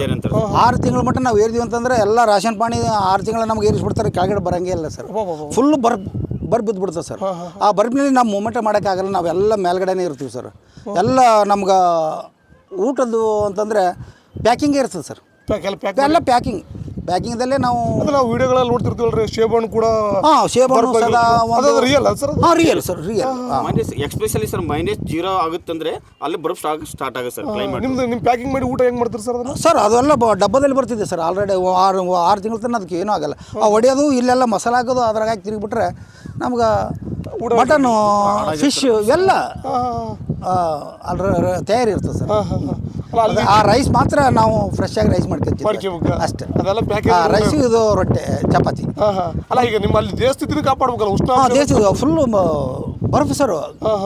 ಆ ಬರ್ಫ್ನಲ್ಲಿ ಈ ಟೈಪ್ ಹೈಟ್ನಲ್ಲಿ ನಿಂತು ಒಬ್ರು ಡ್ಯೂಟಿ ಮಾಡ್ತಾ ಇರ್ತಾರೆ. ಕೆಳಗಡೆ ಬುಕಾರಿಗಳು ಅಂತ ಇರ್ತಾವ್ರಿ. ಕಾಯಿಸ್ಲಿಕ್ಕೆ ಆ ರೂಮೆಲ್ಲ ಹೀಟ್ ಮಾಡ್ಲಿಕ್ಕೆ ಒಬ್ರು ಗೇಟಿಗೆ ಒಬ್ರು ಇರಲೇಬೇಕು ಸರ್ ಡ್ಯೂಟಿ. ಯಾಕಂದ್ರೆ ಆ ಬರ್ಫ್ ಬೀಳ್ತಾ ಇರ್ತದೆ. ಆ ಬರ್ಫ್ನಲ್ಲಿ ಆ ಗೇಟ್ ಮುಚ್ಕೊಂಡ್ಬಿಡ್ತಂದ್ರೆ ಒಳಗಡೆ ಇದ್ದವ್ರು ಎಲ್ಲರೂ ಆಕ್ಸಿಜನ್ ಕಮ್ಮಿ. ಮೊದಲೇ ಮಾತ್ರ ಆಕ್ಸಿಜನ್ ಇಲ್ಲ ಸರ್ ಮೇಲ್ಗಡೆ. ಆಕ್ಸಿಜನ್ ಇರಲ್ಲ, ಸತ್ಬಿಡ್ತಾರೆ ಒಳಗಡೆ ಇದ್ದವರು. ಹೀಗಾಗಿ ಅದನ್ನೆಲ್ಲ ಬರ್ಫ್ ತೆಗಿತಾ ಇರಬೇಕು ಒಬ್ರು ಗೇಟಲ್ಲಿ ನಿಂತ್ಕೊಂಡು. ಕಂಪಲ್ಸರಿ ಆ ಗೇಟ್ ತೆಗಿತಾ ಇರಬೇಕು. ಮತ್ತು ಇಲ್ಲಿ ಮೋರ್ಚದ ನಮ್ಮ 2 ಕಿಟಕಿಗಳು ಇರ್ತಾವೆ, ಅಲ್ಲಿ ಸದಾ ನಾವು ಬರ್ಫ್ ನೋಡ್ತಾ ಇರಬೇಕು. ತೆಗಿತಾನೆ ಇರಬೇಕು. ಮತ್ತು ಎಲ್ಲ ನಮ್ಮ ದುಶ್ಮನ್ ಏರಿಯಾ ಏನೇನಿದೆ ಎಲ್ಲ ಕಡೆ ಮೂಮೆಂಟ್ ನೋಡ್ತಾ ಇರಬೇಕು. ಅಂದರೆ ನೀವು ಆ್ಯಕ್ಚುಲಿ ಎದುರಾಳಿ ಕೂಡ ಎಷ್ಟು ಯುದ್ಧ ಮಾಡ್ತಿರೋ ಅದರಷ್ಟೇ ಯುದ್ಧ ಪ್ರಕೃತಿ ಕೂಡ ಮಾಡ್ಬೇಕು ಸರ್. ಡೈಲಿ ಈ ಫಾರ್ವರ್ಡ್ FDL ಅಂತಂದ್ರೆ ಫಾರ್ವರ್ಡ್ ಡಿಪೆಂಡೆಂಟ್ ಲೊಕಲಿಟಿ ಅಂತಂದ್ರೆ ಫುಲ್ಲು ಹತ್ತಿರನೇ ಸರ್ ಪಾಕಿಸ್ತಾನ. ಜಸ್ಟ್ ಇದು ಹೆಂಗೆ ಕಾಣಿಸ್ತಿದೆ ಇದೇ ಥರನೇ ಎಲ್ಲ ನಾವು ನೋಡ್ಕೊಂತ ಅಂತ. ಅವರು ಅಲ್ಲೇ ಇರ್ತಾರೆ, ನಾವು ಇಲ್ಲಿ ಇರ್ತೀವಿ. ತಂಪಾಡಿಗೆ ಅವ್ರು ಇರ್ತಾರೆ, ನಮ್ಮ ಪಾಡಿಗೆ ನಾವು ಡ್ಯೂಟಿ ಮಾಡ್ತಾ ಇರ್ತೀವಿ. ಯಾವ ಬೇಕಾದ್ರೂ ಗುಂಡಾರ್ಬೋದು, ಹಾಕ್ಬೋದು, ಅವ್ರು ಹಾಕ್ಬೋದು, ನಾವು ಹಾಕ್ಬೋದು. ಆದರೆ ಹಾಕಲ್ಲ ಹಂಗೆ. ಹಾಕ್ಬೋದು ಸರ್. ಅದೊಂದು ಇದೇ ಇರ್ತದೆ. ಯಾವಾಗಾದ್ರೂ ಯಾವಾಗಾದ್ರೂ ಹಾಕ್ಬೋದು. ಆದರೆ ಹಾಕಲ್ಲ ಅದನ್ನು. ಅಂತ ಒಂದು ಬಾರ್ಡರ್ ಒಳಗೆ ನೀವು ಎಷ್ಟು ವರ್ಷ ಸರ್ವಿಸ್ ಮಾಡಿ ಸರ್? ಎಷ್ಟು ವರ್ಷ? ನಾನು ಸರ್ ಕನಿಷ್ಠ 9 ವರ್ಷ ನಾನು ಕಾಶ್ಮೀರದಲ್ಲೇ ಜಮ್ಮುಲಿಂದ ಹಿಡ್ಕೊಂಡು ಕಾಶ್ಮೀರದಾಗ 9 ವರ್ಷ ಸರ್ವಿಸ್ ಮಾಡಿದ್ದೆ ಸರ್. ಅಲ್ಲೇ ಅಂದ್ರೆ 3 ವರ್ಷಕ್ಕೆ ನಮ್ಗೆ ಬೇರೆ ಕಡೆ ಚೇಂಜ್ ಅಲ್ಲೇ ಚೇಂಜ್ ಮಾಡ್ತಿದ್ವಿ ಸರ್. ಮೊನ್ನೆ ಅದು ಯಾವ್ದು ಸರ್, ಪೆಹಲ್ಗಮ್ ಅಲ್ಲಿ ಒಂದಷ್ಟು ಆರೋಪಗಳು ಬಂದು ಅಲ್ಲಿ ಲೋಕಲ್ ಜನಗಳನ್ನೇ ಸ್ವಲ್ಪ ಉಗ್ರರಿಗೆ ಸಪೋರ್ಟ್ ಮಾಡಿದ್ರು ಅನ್ನೋ ಒಂದು ಆರೋಪ ಬಂತು. ನೀವು ಕಾಶ್ಮೀರದೊಳಗೆ ಇದ್ರಿ ಅಂತಂದ್ರೆ ನಿಮ್ಮ ಎಕ್ಸ್ಪೀರಿಯನ್ಸ್ ಒಳಗೆ ಅಲ್ಲಿನ ಜನ ಲೋಕಲಿಟಿ ಮನಸ್ಥಿತಿ ಹೆಂಗಿತ್ತು ಸರ್? ಮಾಡ್ತಾರೆ ಸರ್, ಮಿಲಿಟೆಂಟ್ಸ್ಗೆಲ್ಲ ಸಹಾಯ ಮಾಡ್ತಾರೆ, ಮಾಡಬಾರ್ದು. ನಮ್ಮ ದೇಶದ ಒಂದು ಅಭಿಮಾನ ಇರಬೇಕು, ಅವರಿಗೆ ಅಭಿಮಾನ ಇರಲ್ಲ. ಅಲ್ಲ ಅಲ್ಲಿ ಕಾಶ್ಮೀರದವರೇ ಉಗ್ರರಿಗೆ ಸಪೋರ್ಟ್ ಮಾಡೋದು ಖಂಡಿತ ಸರ್. ಅದು ಏನಾಗುತ್ತೆ ಅಂದರೆ ಸರ್, ಅಲ್ಲಿರ್ತಕ್ಕಂಥ ಅವ್ರದ್ದೇ ಒಂದು ಧರ್ಮದಲ್ಲಿ ಸಪ್ರೇಟ್ ಆಗಿರೋದ್ರಿಂದ ಕೆಲವೊಬ್ಬರು ನಾನು ತಿಳ್ಕೊಂಡಿರೋ ಪ್ರಕಾರ 7 ವರ್ಷ 3 ತಿಂಗಳಲ್ಲಿ 3 ಥರ ಟೆರರಿಸ್ಟ್ಗಳು ನೋಡಿದ್ದೀನಿ ಸರ್. ಒಬ್ಬರು ಟೆರರಿಸ್ಟ್ ಸರ್ ಧರ್ಮಕ್ಕೋಸ್ಕರ, ತಮ್ಮ ಧರ್ಮ ಬೆಳಕೋಸ್ಕರ ಟೆರರಿಸ್ಟ್ ಆಗ್ತಾರೆ ಸರ್. ಇನ್ನೊಬ್ಬರು ತಾನೇ ಹೀರೋ, ಸಮಾಜದಲ್ಲಿ ಒಂದು ಹೀರೋ ಆಗ್ಬೇಕಂದ್ರೆ ಅಲ್ಲಿ ಹೆಂಗಂದ್ರೆ ಸರ್, ಜಮ್ಮು ಬಿಟ್ಟರೆ ಆ ಕಡೆ ಸರ್ ಪೊಲೀಸ್ ಡಿಪಾರ್ಟ್ಮೆಂಟ್ ಕೂಡ ಏಕಪಡಿಸ್ಕೊಂಡು ಗನ್ ಇರುತ್ತೆ ಸರ್. ಆ ಪೊಲೀಸ್ ಸ್ಟೇಷನ್ ಬೆಂಕಿ ಹಚ್ಚೋದು, ರೈಫಲ್ ತಗೊಂಡು ಹೋಗೋದು, ಅವರು ನಿನ್ನ ಹತ್ರ ರೈಫಲ್ ಇದ್ದರೆ ನೀವೇ ಹೀರೋ ಅನ್ನಂಗೆ ಸರ್. ಹಂಗಾಗಿ ಕೆಲವೊಂದು ಕೆಟ್ಟ ಚಟಗಳಿಗಾಗಿ ಟೆರರಿಸ್ಟ್ಗಳಾಗೋದು. ಯಾರು ಧರ್ಮಕ್ಕೋಸ್ಕರ ಈಗ ಆರ್ಟಿಕಲ್ 370 ಬಂದ್ಮೇಲೆ ಸ್ವಲ್ಪ ಕಮ್ಮಿ ಆಗಿದೆ ಭಾಳ ಸರ್. 2014ರಿಂದ ಭಾಳ ಕಡಿಮೆ ಆಗಿದೆ ಸರ್. ಆ ಟೈಮಲ್ಲಿ ಏನಾಗುತ್ತೆ ಅಂತ ಕೆಲವೊಂದು ಯಾವುದೋ ಒಂದು ಮನೆಯಲ್ಲಿ ಟೆರರಿಸ್ಟ್ಗಳ ಇನ್ಫಾರ್ಮೇಷನ್ ಬಂದಾಗ ಸರ್, ನಾವು ಸಾಯಂಕಾಲ ಹೋದಾಗ ಬೆಳಗ್ಗೆವರೆಗೆ ಕಾಯ್ಬೇಕಾಗಿತ್ತು ಸರ್ ನಾವು. ಅದು ಹೌಸ್ ಎಂಟ್ರಿ ಕೊಡಬೇಕಾದ್ರೆ ಆ ಥರ ನಮ್ಮ ರೂಲ್ಸ್ ಇದು ಸರ್. ಹಾಂ, ಈಗ 2000 ಆದ್ಮೇಲೆ ಈಗ ಯಾಕಂದ್ರೆ ನೈಟ್ ಕೆಳಗಡೆ ಬರಪ್ಪು, ನೈಟ್ ಮೇಲೆ ಬರಪ್ಪು ಬೀಳೋದು, ಬೆಳಗ್ಗೆವರೆಗೆ ಕಾಯೋದು ಸರ್. ಕೆಳಗಡೆ ಅಲ್ಲಿ ನಮಾಜ್ ಮಾಡ್ತಾರೆ ಸರ್. ಅವಾಗ ಬೆಳಗ್ಗೆ ನಮಗೆ ಅನ್ಸೋದು, ಅಪ್ಪ ಈಗ ಬೆಳಕರಿತು, ಈಗ ಇನ್ಮೇಲೆ 8 ಗಂಟೆ ಸ್ಟಾರ್ಟ್ ಆಗ್ಬೋದು, ಹೌಸ್ ಎಂಟ್ರಿ ಕೊಡ್ಬೋದು ಅಂತ ನಂಗೆ. ಈಗೇನು ಆ ಥರ ಇಲ್ಲ ಸರ್, ಭಾಳ ಈಸಿ ಆಗಿಬಿಟ್ಟಿದ್ದಾರೆ. ಎನಿ ಟೈಮ್ಗೆ ಹೋಗಿ ನಮ್ಗೆ ಕನ್ಫರ್ಮೇಷನ್ ಆದಾಗ ಸರ್ ಪೂರ್ತಿ ಗೊತ್ತಿರ್ತದೆ. ಆ್ಯಕ್ಚುಲಿ 370 ತೆಗಿಂತ ಮೊದಲು ಯಾರು ಬೇಕಾದ್ರೂ ಕಲ್ಲು ಹೊಡಿದ್ರು, ಸೈನ್ಯದ ಮೇಲೆ ಲೋಕಾಲಿಟಿ ಕಲ್ಲು ಹಾಕಿದ್ರು ಸರ್, ಮ್ಯಾಲಿಂದ ಉಗುಳ್ತಾ ಇದ್ರು. ಹಾಂ, ಜನ ಉಗುಳ್ತಾ ಇದ್ರು, ಅಲ್ಲಿ ಲೋಕಲ್ ಜನ. ಈ ಒಂದು ಕೆಟ್ಟ ದೃಷ್ಟಿಯಿಂದ ಸೈನಿಕರಿಗೆ ಈ ಕೆಟ್ಟ ದೃಷ್ಟಿಯಿಂದ ನೋಡ್ತಾ ಇದ್ರು. ಅವ್ರು ನಮಗೆ ಯಾರು ಹೆಲ್ಪ್ ಮಾಡಲ್ಲ ಅವ್ರಿಗೆ. ಮೊದಲು ನಾವು ನೋಡ್ಕೋಬೇಕಷ್ಟೇ. ಆದರೆ ಬೇರೆ ಮಿಲಿಟೆಂಟ್ಸಿಗೆ ಮಾತ್ರ ಅವರು ಹೆಲ್ಪ್ ಮಾಡ್ತಿದ್ದಾರೆ. ಅಲ್ಲ ಸರ್, ಅವ್ರು ಕಲ್ತು ನೋಡಿದಾಗ ನಿಮ್ಮ ಮೇಲೆ ಉಳಿದಾಗ ಅಸಹ್ಯವಾಗಿ ವರ್ತಿಸಿದ್ರೆ ನೀವು ಏನು ಮಾಡಂಗಿರಲಿಲ್ಲ. ಏನು ಮಾಡ್ತೀರಿ ಸರ್? ಕಾನೂನು ಹೆಂಗಿತ್ತು? ಹಂಗೆ ಏನು ಮಾಡೋಕ್ಕಾಗಲ್ಲ. ಅಲ್ಲಿ ನೀವು ಅಲ್ಲಿ ಅಷ್ಟೆಲ್ಲ ಯೋಗ್ಯತೆ ಇದ್ರು ಒಂದೇಟಿ ಹೊಡೆದಿನೋ ಅನ್ನೋ ತಾಕತ್ತಿದ್ರು ಕೂಡ ಪೇಷನ್ಸ್ ಕಾಪಾಡ್ಕೊಳ್ಬೇಕು. ಗ್ರೇಟ್. ಇದ್ರ ಬಗ್ಗೆ ನಾನು ಭಾಳ ಗ್ರೇಟ್ ಅನಿಸುತ್ತೆ. ಯಾಕಂತಂದ್ರೆ ತಾಳ್ಮೆಯಿಂದ ಇರಬೇಕು ಸರ್. ಈಗ ಆಮ್ ಜನತೆಗೆ ಅವ್ರನ್ನೇ ರಕ್ಷಣೆ ಮಾಡೋಕ್ಕೂ ಬೇಲಿ ಎತ್ತು ಒಲಮ ಇದಂತ ಆ ಥರ ಅರ್ಥ ಆಗುತ್ತೆ ಸರ್. ಬಟ್ ಈಗ ಮೀಡಿಯಾದವ್ರು ಏನಾದ್ರು ಹೇಳ್ಕೋಬೋದು ಸರ್. ಬಟ್ ಈಗ ಅವ್ರಿಗೆ ಏನೋ ಮಾಡೋ ಇವ್ರ ಹತ್ರ ಗನ್ ಇರುತ್ತೆ ಸರ್, ಅವ್ರ ಹತ್ರ ಏನಿರಲ್ಲ. ಏನಾದ್ರು ಬಟ್ ಆದ್ರೂ ತಾಳ್ಮೆ ಶಕ್ತಿಯಿಂದ ಅವ್ರು ನಮ್ಮ ಗುರಿ ಬೇರೆನೇ ಇರುತ್ತೆ ಸರ್.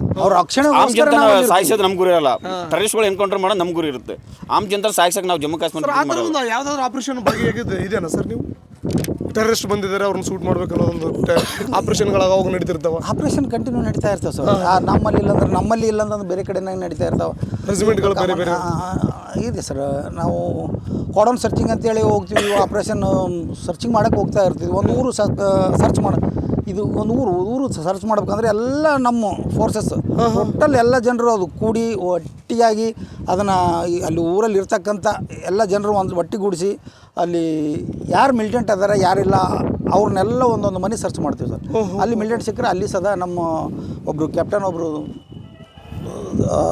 ಶಹೀದಾದರು, ಮತ್ತು 2 ಸಿಪಾಯಿ ಶಹೀದಾದರು ನಮ್ಮ ಕಣ್ಮುಂದೆನೇ ಸರ್. ಅವಾಗ ನಿಮ್ಗೆ ಹೆಂಗೆ ಅನಿಸ್ತದೆ? ತುಂಬ ಹೇಳ್ಬಾರ್ದು ಕಥೆ ಅದು. ನಾವು ಅಷ್ಟೊಂದು ಸಿಟ್ಟು ಅವ್ನು ಸಿಕ್ಕರೆ ಆದರೆ ಅವ್ನು ಬಿಡಲಿಲ್ಲ. ಮಾತ್ರ 2 ಮಿಲಿಟೆಂಟಿಗೆ ಹೊಡೆದಿದ್ವಿ ನಾವು.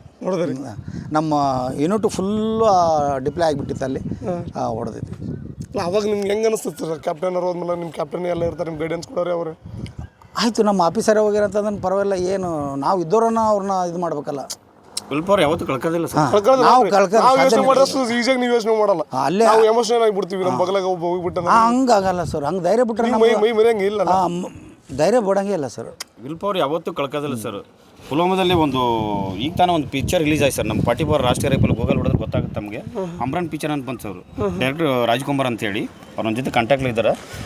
ಮುಕುಂದ ವರದರಾಜನ್, ಮೇಜರ್ ಮುಕುಂದ ವರದನ ಅಶೋಕ್ ಅವಾರ್ಡಿಂದ ಅವ್ರಿಗೆ ಸನ್ಮಾನ ಮಾಡಲಾಯಿತು ಸರ್ ಅವ್ರ ಪತ್ನಿಯವರಿಗೆ. ಅವರು ಹೆಂಗಂದ್ರೆ ಸರ್, ಒಂದು ಆಪ್ರೇಷನ್ ಹೋಗಿದ್ವಿ ಸರ್. 3 ಟೆರರಿಸ್ಟ್ ಎನ್ಕೌಂಟರ್ ಮಾಡಿದ್ವಿ. ಬಟ್ 3 ಜನ ಇದ್ದೀವಿ ಸರ್. ಫಸ್ಟ್ ನಾನಿದ್ದೆ, ಸೆಕೆಂಡು ಇನ್ನೊಬ್ರು ನಮ್ಮ ಬಡ್ಡಿ ಇದ್ದರು, 3ನೇ ವ್ಯಕ್ತಿ ನಮ್ಮ ಮೇಜರ್ ಮುಕುಂದ ವರದರಾಜನ್ ನಿಂತಿರು. ಆಲ್ರೆಡಿ ನನ್ನ ಜೊತೆ ಇರ್ತಕ್ಕಂಥ ಒಬ್ಬರು ಹುತಾತ್ಮರಾಗಿದ್ದರು ಸರ್. ಅವರು ಅದ್ರ ಜೊತೆಲಿ 2 ಟೆರರಿಸ್ಟ್ಗಳು ಎನ್ಕೌಂಟರ್ ಆಗಿದ್ದಾರೆ. ಆದರೆ ಇನ್ನೊಬ್ಬರು ಮಾತ್ರ ಅಲ್ಲೇ ಮಲ್ಕೊಂಡಿ ಸರ್, ಅಂದರೆ ಕತ್ಲಾಗಿತ್ತು. ಬಟ್ ಅವ್ರನ್ನ ತಗೋಬೇಕಂತ ನಾವು ಹೋದಾಗ ಅಲ್ಲಿ ಒಂದು ಟಿನ್ ಶೀಟ್ ಮೇಲೆ ಹಾಕೊಂಡು ಅವನು ಮಲ್ಕೊಂಡೆ. ಗೊತ್ತಿತ್ತು ಸರ್ ಅವನು ಇವ್ರು ತಗೊಳಕ್ಕೆ ಬಂದೇ ಬರ್ತಾರೆ ಅಂತೇಳಿ. ಬಟ್ ಆ ಟೈಮಲ್ಲಿ ನಮ್ಗೆ ಗೊತ್ತಾಗಿಲ್ಲ ಸರ್. ಅಲ್ಲಿ ಜಮ್ಮು ಕಾಶ್ಮೀರ ಕೆಲವೊಂದು ಏರಿಯಾಗಳಿಂದ ಗುಂಡು ಥರ ಇರುತ್ತೆ ಸರ್, ಕಲ್ಲುಗಳು ನಮ್ಮ ಒಳಿದಂಡಿಗೆಲ್ಲ ಇರ್ತಾವಲ್ಲ ಗುಂಡ್ಕೊಂಡಿದ್ದ. ಅವರು ಬಂದರು, ಎಲ್ಲೇನೆಲ್ಲ ವಿಕ್ರಮ್ ಅಂತೇಳಿ ಸರ್. ಅವ್ರಿಗೆ ಸೇನಾ ಮಾಡಲಿಂದ ಅವ್ರ ಪತ್ನಿಯವರು ಸನ್ಮಾನ ಮಾಡಲಾಯಿತು. ಆ ಒಂದು ಸಿಚುವೇಷನ್ ಅವ್ರು ಏನು ಮಾಡಿದ್ರು, ಎಲ್ಲೇ ಅಂತ ನಾನು ಸರ್ ಇಲ್ಲೇ ಅಂತ ತೋರಿಸಿದಾಗ ಅವರು ಮುಂದೆ ಬಂದರು ಸರ್, ಮೇಜರ್ ಮುಖಂದ. ಅವ್ರು ಬಂದು ಆಲ್ರೆಡಿ ಅವ್ನು ಗೊತ್ತಿತ್ತು ನಾವು ಅಲ್ಲಿಗೆ ಬರ್ತಿದ್ದೇವೆ ಅಂತೇಳಿ. ಬಟ್ ನಾವು ನಮ್ಮ ಅಂತ ತಿಳ್ಕೊಂಡಿದ್ವಿ ಸರ್. ಅಲ್ಲಿ ವಾಪಸ್ ಬಂದ ರೈಫಲ್ ಹಿಂಗೆ ಹಿಡ್ಕೊಂಡಾಗ ಫಸ್ಟ್ ರೌಂಡ್ ಅವ್ರಿಗೆ ಇಲ್ಲಿ ಬಿತ್ತು ಸರ್. ಮೇಜರ್ ಮುಕುಂದ್ ವರ್ಧನ ಅಂತೇಳಿ ಅಮ್ಮ ಅಂತ ಚೀರಾಡಿದಾಗ ಟರ್ನ್ ಆದಾಗ ಇಲ್ಲೊಂದು ಬಿತ್ತು sir. Already AK-47 gun sir. ಅಲ್ಲಿ ಅವರು AK-47 ರೌಂಡ್ ಹೆಂಗೆ ಅಂದರೆ ಕಿತ್ಕೊಂಡು ಹೋಗಿ ಸರ್, ಸ್ಟೇಟ್ ಹೋಗಲ್ಲ ಸರ್, ಸುತ್ತೊಡ್ಕೊಂಡು ಹೋಗಿ ಸರ್. ಹಿಂದ್ಗಡೆಯಿಂದ ಹೆಂಗಾಗಿತ್ತು ಅಂದರೆ ಅವರೆಲ್ಲ ಆಚೆ ಬಂದಿದ್ದು ಸರ್. ಆದರೂ ಕೂಡ ಅವ್ರನ್ನ ಅಲ್ಲೇ ಎನ್ಕೌಂಟ್ರ್ ಮಾಡಿದ್ವಿ ಸರ್. ಅವ್ರ ಬಟ್ಟೆ ಅಂತ ಇನ್ನೊಬ್ರು ಇದ್ರು, ಅವ್ರು ಹೇಳ್ಕೊಂಡು ಬಂದರು ಸರ್. ಒಂದು ತಾಸು ಇದ್ರು ಸರ್ ಅಷ್ಟು. ಆಮೇಲೆ ಅವರು ಶಹೀದಾದ್ರು ಸರ್. ಅವ್ರ ಮಗು ಸರ್, ಈಗ ಅವರು ಹುತಾತ್ಮರಾಗಬೇಕಾದ್ರೆ ಒಂದು 2 ವರ್ಷದ ಮಗು ಸರ್, ಒಬ್ಬಳೇ ಮಗು. ಅವರು ತಂದೆಗೆ ಒಬ್ಬನೇ ಮಗ ಸರ್. ಅಂಥ ಘಟನೆಗಳು ಭಾಳ ಆಗ್ತಾವೆ ಸರ್. ಯಾಕಂದರೆ ಈ ಭಾಗ ನಮ್ಮವರು ನಮ್ಮ ಸುರಪುರದಲ್ಲಿ ಯಾರಾದರೂ ಸೈನಿಕರು ಹುತಾತ್ಮ ಮಾತ್ರ ಗೊತ್ತಾಗೋದು ಸರ್. ಅಂಥವು ಜಮ್ಮು ಕಾಶ್ಮೀರ ಡೈಲಿ ಎನ್ಕೌಂಟ್ರ್ ಆಗ್ತಾ ಇರುತ್ತೆ.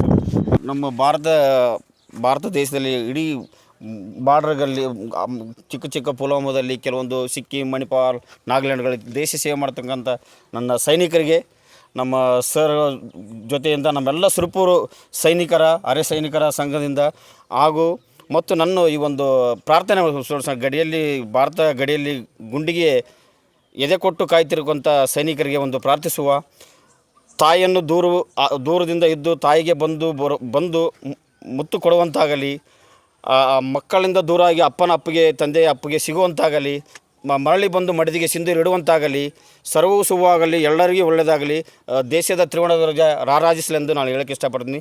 ಜನನಿ ಜನ್ಮಭೂಮಿಚ್ಚ ಸ್ವರ್ಗಾತಾಪಿ ಗರಿಸವಿ.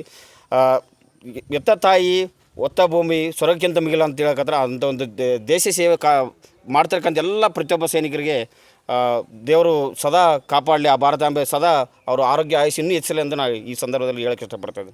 ಜೈ ಹಿಂದ್. ದೊಡ್ಡ ಮಾತು ಸರ್. ಮತ್ತೊಮ್ಮೆ ನಮ್ಮ ಕರೆಗೆ ಹೋಗೊಟ್ಟು ನಿಮ್ಮ ಸಮಯವನ್ನಾಗಲಿ ನಿಮ್ಮ ಕೆಲಸಗಳನ್ನೆಲ್ಲ ಬಿಟ್ಟು ನಮಗೊಂದು ವಿಡಿಯೋ ಮಾಡಿ ಕೊಡ್ತೀವಿ ಅಂತಂದ್ರೆ ಒಂದು ವಾರದಿಂದನೂ ಸ್ವಲ್ಪ ನನ್ನ ಟಾರ್ಚರ್ನ ಸಹಿಸ್ಕೊಂಡು ಮತ್ತೊಮ್ಮೆ ಬಂದು ಇದಕ್ಕೆ ನಮಗೆ ವಿಡಿಯೋ ಸಮಾಜದಲ್ಲಿ ಆದಾಗ ಮಾತ್ರ ಜನರಿಗೆ ಗೊತ್ತಾಗ್ಬೇಕು. ನಿಮ್ಮಂಥರ ಜನರಿಗೆ ಈ ಸುದ್ದಿ ಎಲ್ಲ ಮುಟ್ಸ್ಬೇಕು, ಅದೇ ದೊಡ್ಡದ್ರಿ. ಸೋಷಿಯಲ್ ಭಾಳ ಅಂತ ಒಂದು ಆಗ್ಬೇಕು ಸರ್. ಸ್ನೇಹಿತರೆ, ಇದು ಇವತ್ತಿನ ಎಪಿಸೋಡ್ ಆಗಿತ್ತು. ನನ್ನ ಉದ್ದೇಶ ಭಾಳ ಕ್ಲಿಯರ್ ಆಗಿತ್ತು. ಜುಲೈ 26 ಬಂದಾಗಷ್ಟ ನಾವು ಸೈನಿಕರು ಏನಂತ ಆಗಬಾರ್ದು, ಕಾರ್ಗಿಲ್ ವಿಜಯೋತ್ಸವಕ್ಕಂತ ನಿಮ್ಮ ನಡುವೆ ಅನೇಕ ದೇಶ ಸೇವೆಯನ್ನು ಮಾಡಿ ಬಂದಂಥ ಅನೇಕ ಸಂಖ್ಯೆಯಲ್ಲಿ ಸೈನಿಕರು ಓಡಾಡುತ್ತಿರ್ತಾರೆ. ಅವ್ರಿಗೊಂದಿಷ್ಟು ನಾವು ಕೊಡಬೇಕಾದದ್ದೇನಿಲ್ಲ, ಒಂದು ರೆಸ್ಪೆಕ್ಟು, ಮತ್ತೊಂದು ಗೌರವಪೂರ್ವಕವಾದ ಒಂದು ಆನಂದ ಭಾಷಣವನ್ನು ಕೊಟ್ಟು, ಸರ್ ನೀವು ನಮ್ಮ ದೇಶಕ್ಕೋಸ್ಕರ ಬಡದಾಡಿದ್ರಿ ಸರ್, ನಿಮ್ಮ ಜೊತೆ ನಾವು ಸದಾ ಇರ್ತೀವಿ ಅನ್ನೋದೊಂದು ಭರವಸೆ ಅವ್ರಿಗೆ ಕೊಟ್ಟರೆ ಮತ್ತಷ್ಟು ಅವರು ದೇಶ ಸೇವೆ ಮಾಡಿದ್ದಕ್ಕೂ ಕೂಡ ಒಂದು ತೃಪ್ತಿ ಆಗುತ್ತೆ. ಮತ್ತು ಈ ವಿಡಿಯೋ ನೋಡ್ತಾರೆ ಯಾರೇ ಆದರೂ ಕೂಡ ದೇಶ ಪ್ರೇಮ ಇಟ್ಕೊಳ್ಳಾರ್ದ ಅಥವಾ ಯಾರಾದರೂ ಸ್ವಲ್ಪ ದೇಶದ ಅಭಿಮಾನ ಇಟ್ಕೊಂಡು ಕೂಡ ಏನಾದರೂ ಆಗಿರ್ಲಿಕ್ಕೆ ಅಂತಂದ್ರೆ ಒಂದು ದೇಶಾಭಿಮಾನನ ಬೆಳೆಸ್ಕೊಳ್ರಿ. ಯಾಕಂತಂದರೆ ನಾವು ಇಲ್ಲಿ ನೆಮ್ಮದಿಯಾಗಿರ್ಬೇಕಾದ್ರೆ ನಮ್ಮಂಥ ಸಾವಿರಾರು ಜನ ತಮ್ಮ ಸಂಸಾರವನ್ನು ಬೀದಿಗೆ ಇಟ್ಟು ತಮ್ಮ ಪ್ರಾಣವನ್ನು ಲೆಕ್ಕಿಸೋದು ಬಾರ್ಡ್ರನ್ನ ಕಾಯ್ತಿರ್ತಾರೆ, ಮರಿಬೇಡ್ರಿ. ಸೊ ದಯವಿಟ್ಟು ಈ ಥರ ನಮ್ಮದು ಕಾರ್ಯಕ್ರಮ ಮಗದೊಮ್ಮೆ ನಾನು ಮುಂದಿನ ವೀಡಿಯೋಗಳಲ್ಲಿ ಮತ್ತು ಇದಕ್ಕಿಂತ ಹೊಸ ವೀಡಿಯೋಗಳನ್ನು ಮತ್ತು ಸಮಾಜಕ್ಕೆ ಒಳ್ಳೆಯ ವೀಡಿಯೋಗಳನ್ನು ತರುವಂಥ ಪ್ರಯತ್ನ ಖಂಡಿತ ಮಾಡ್ತೀನಿ. ಅಲ್ಲಿವರೆಗೂ ನಮ್ಮನ್ನ ಪಾಸ್ ಮಾಡ್ತಾಯಿರಿ, ಲೈಕ್ ಮಾಡಿರಿ, ಕಮೆಂಟ್ ಮಾಡಿರಿ, ಶೇರ್ ಮಾಡೋದನ್ನು ಮರಿಬೇಡ್ರಿ, ಮತ್ತು ಸಬ್ಸ್ಕ್ರೈಬ್ ಕೂಡ ಮಾಡೋದನ್ನು ಮರಿಬೇಡ್ರಿ. ಮತ್ತೆ ಸಿಗೋಣ. ಅಲ್ಲಿವರೆಗೂ ನಮಸ್ಕಾರ, ಬಾಯ್.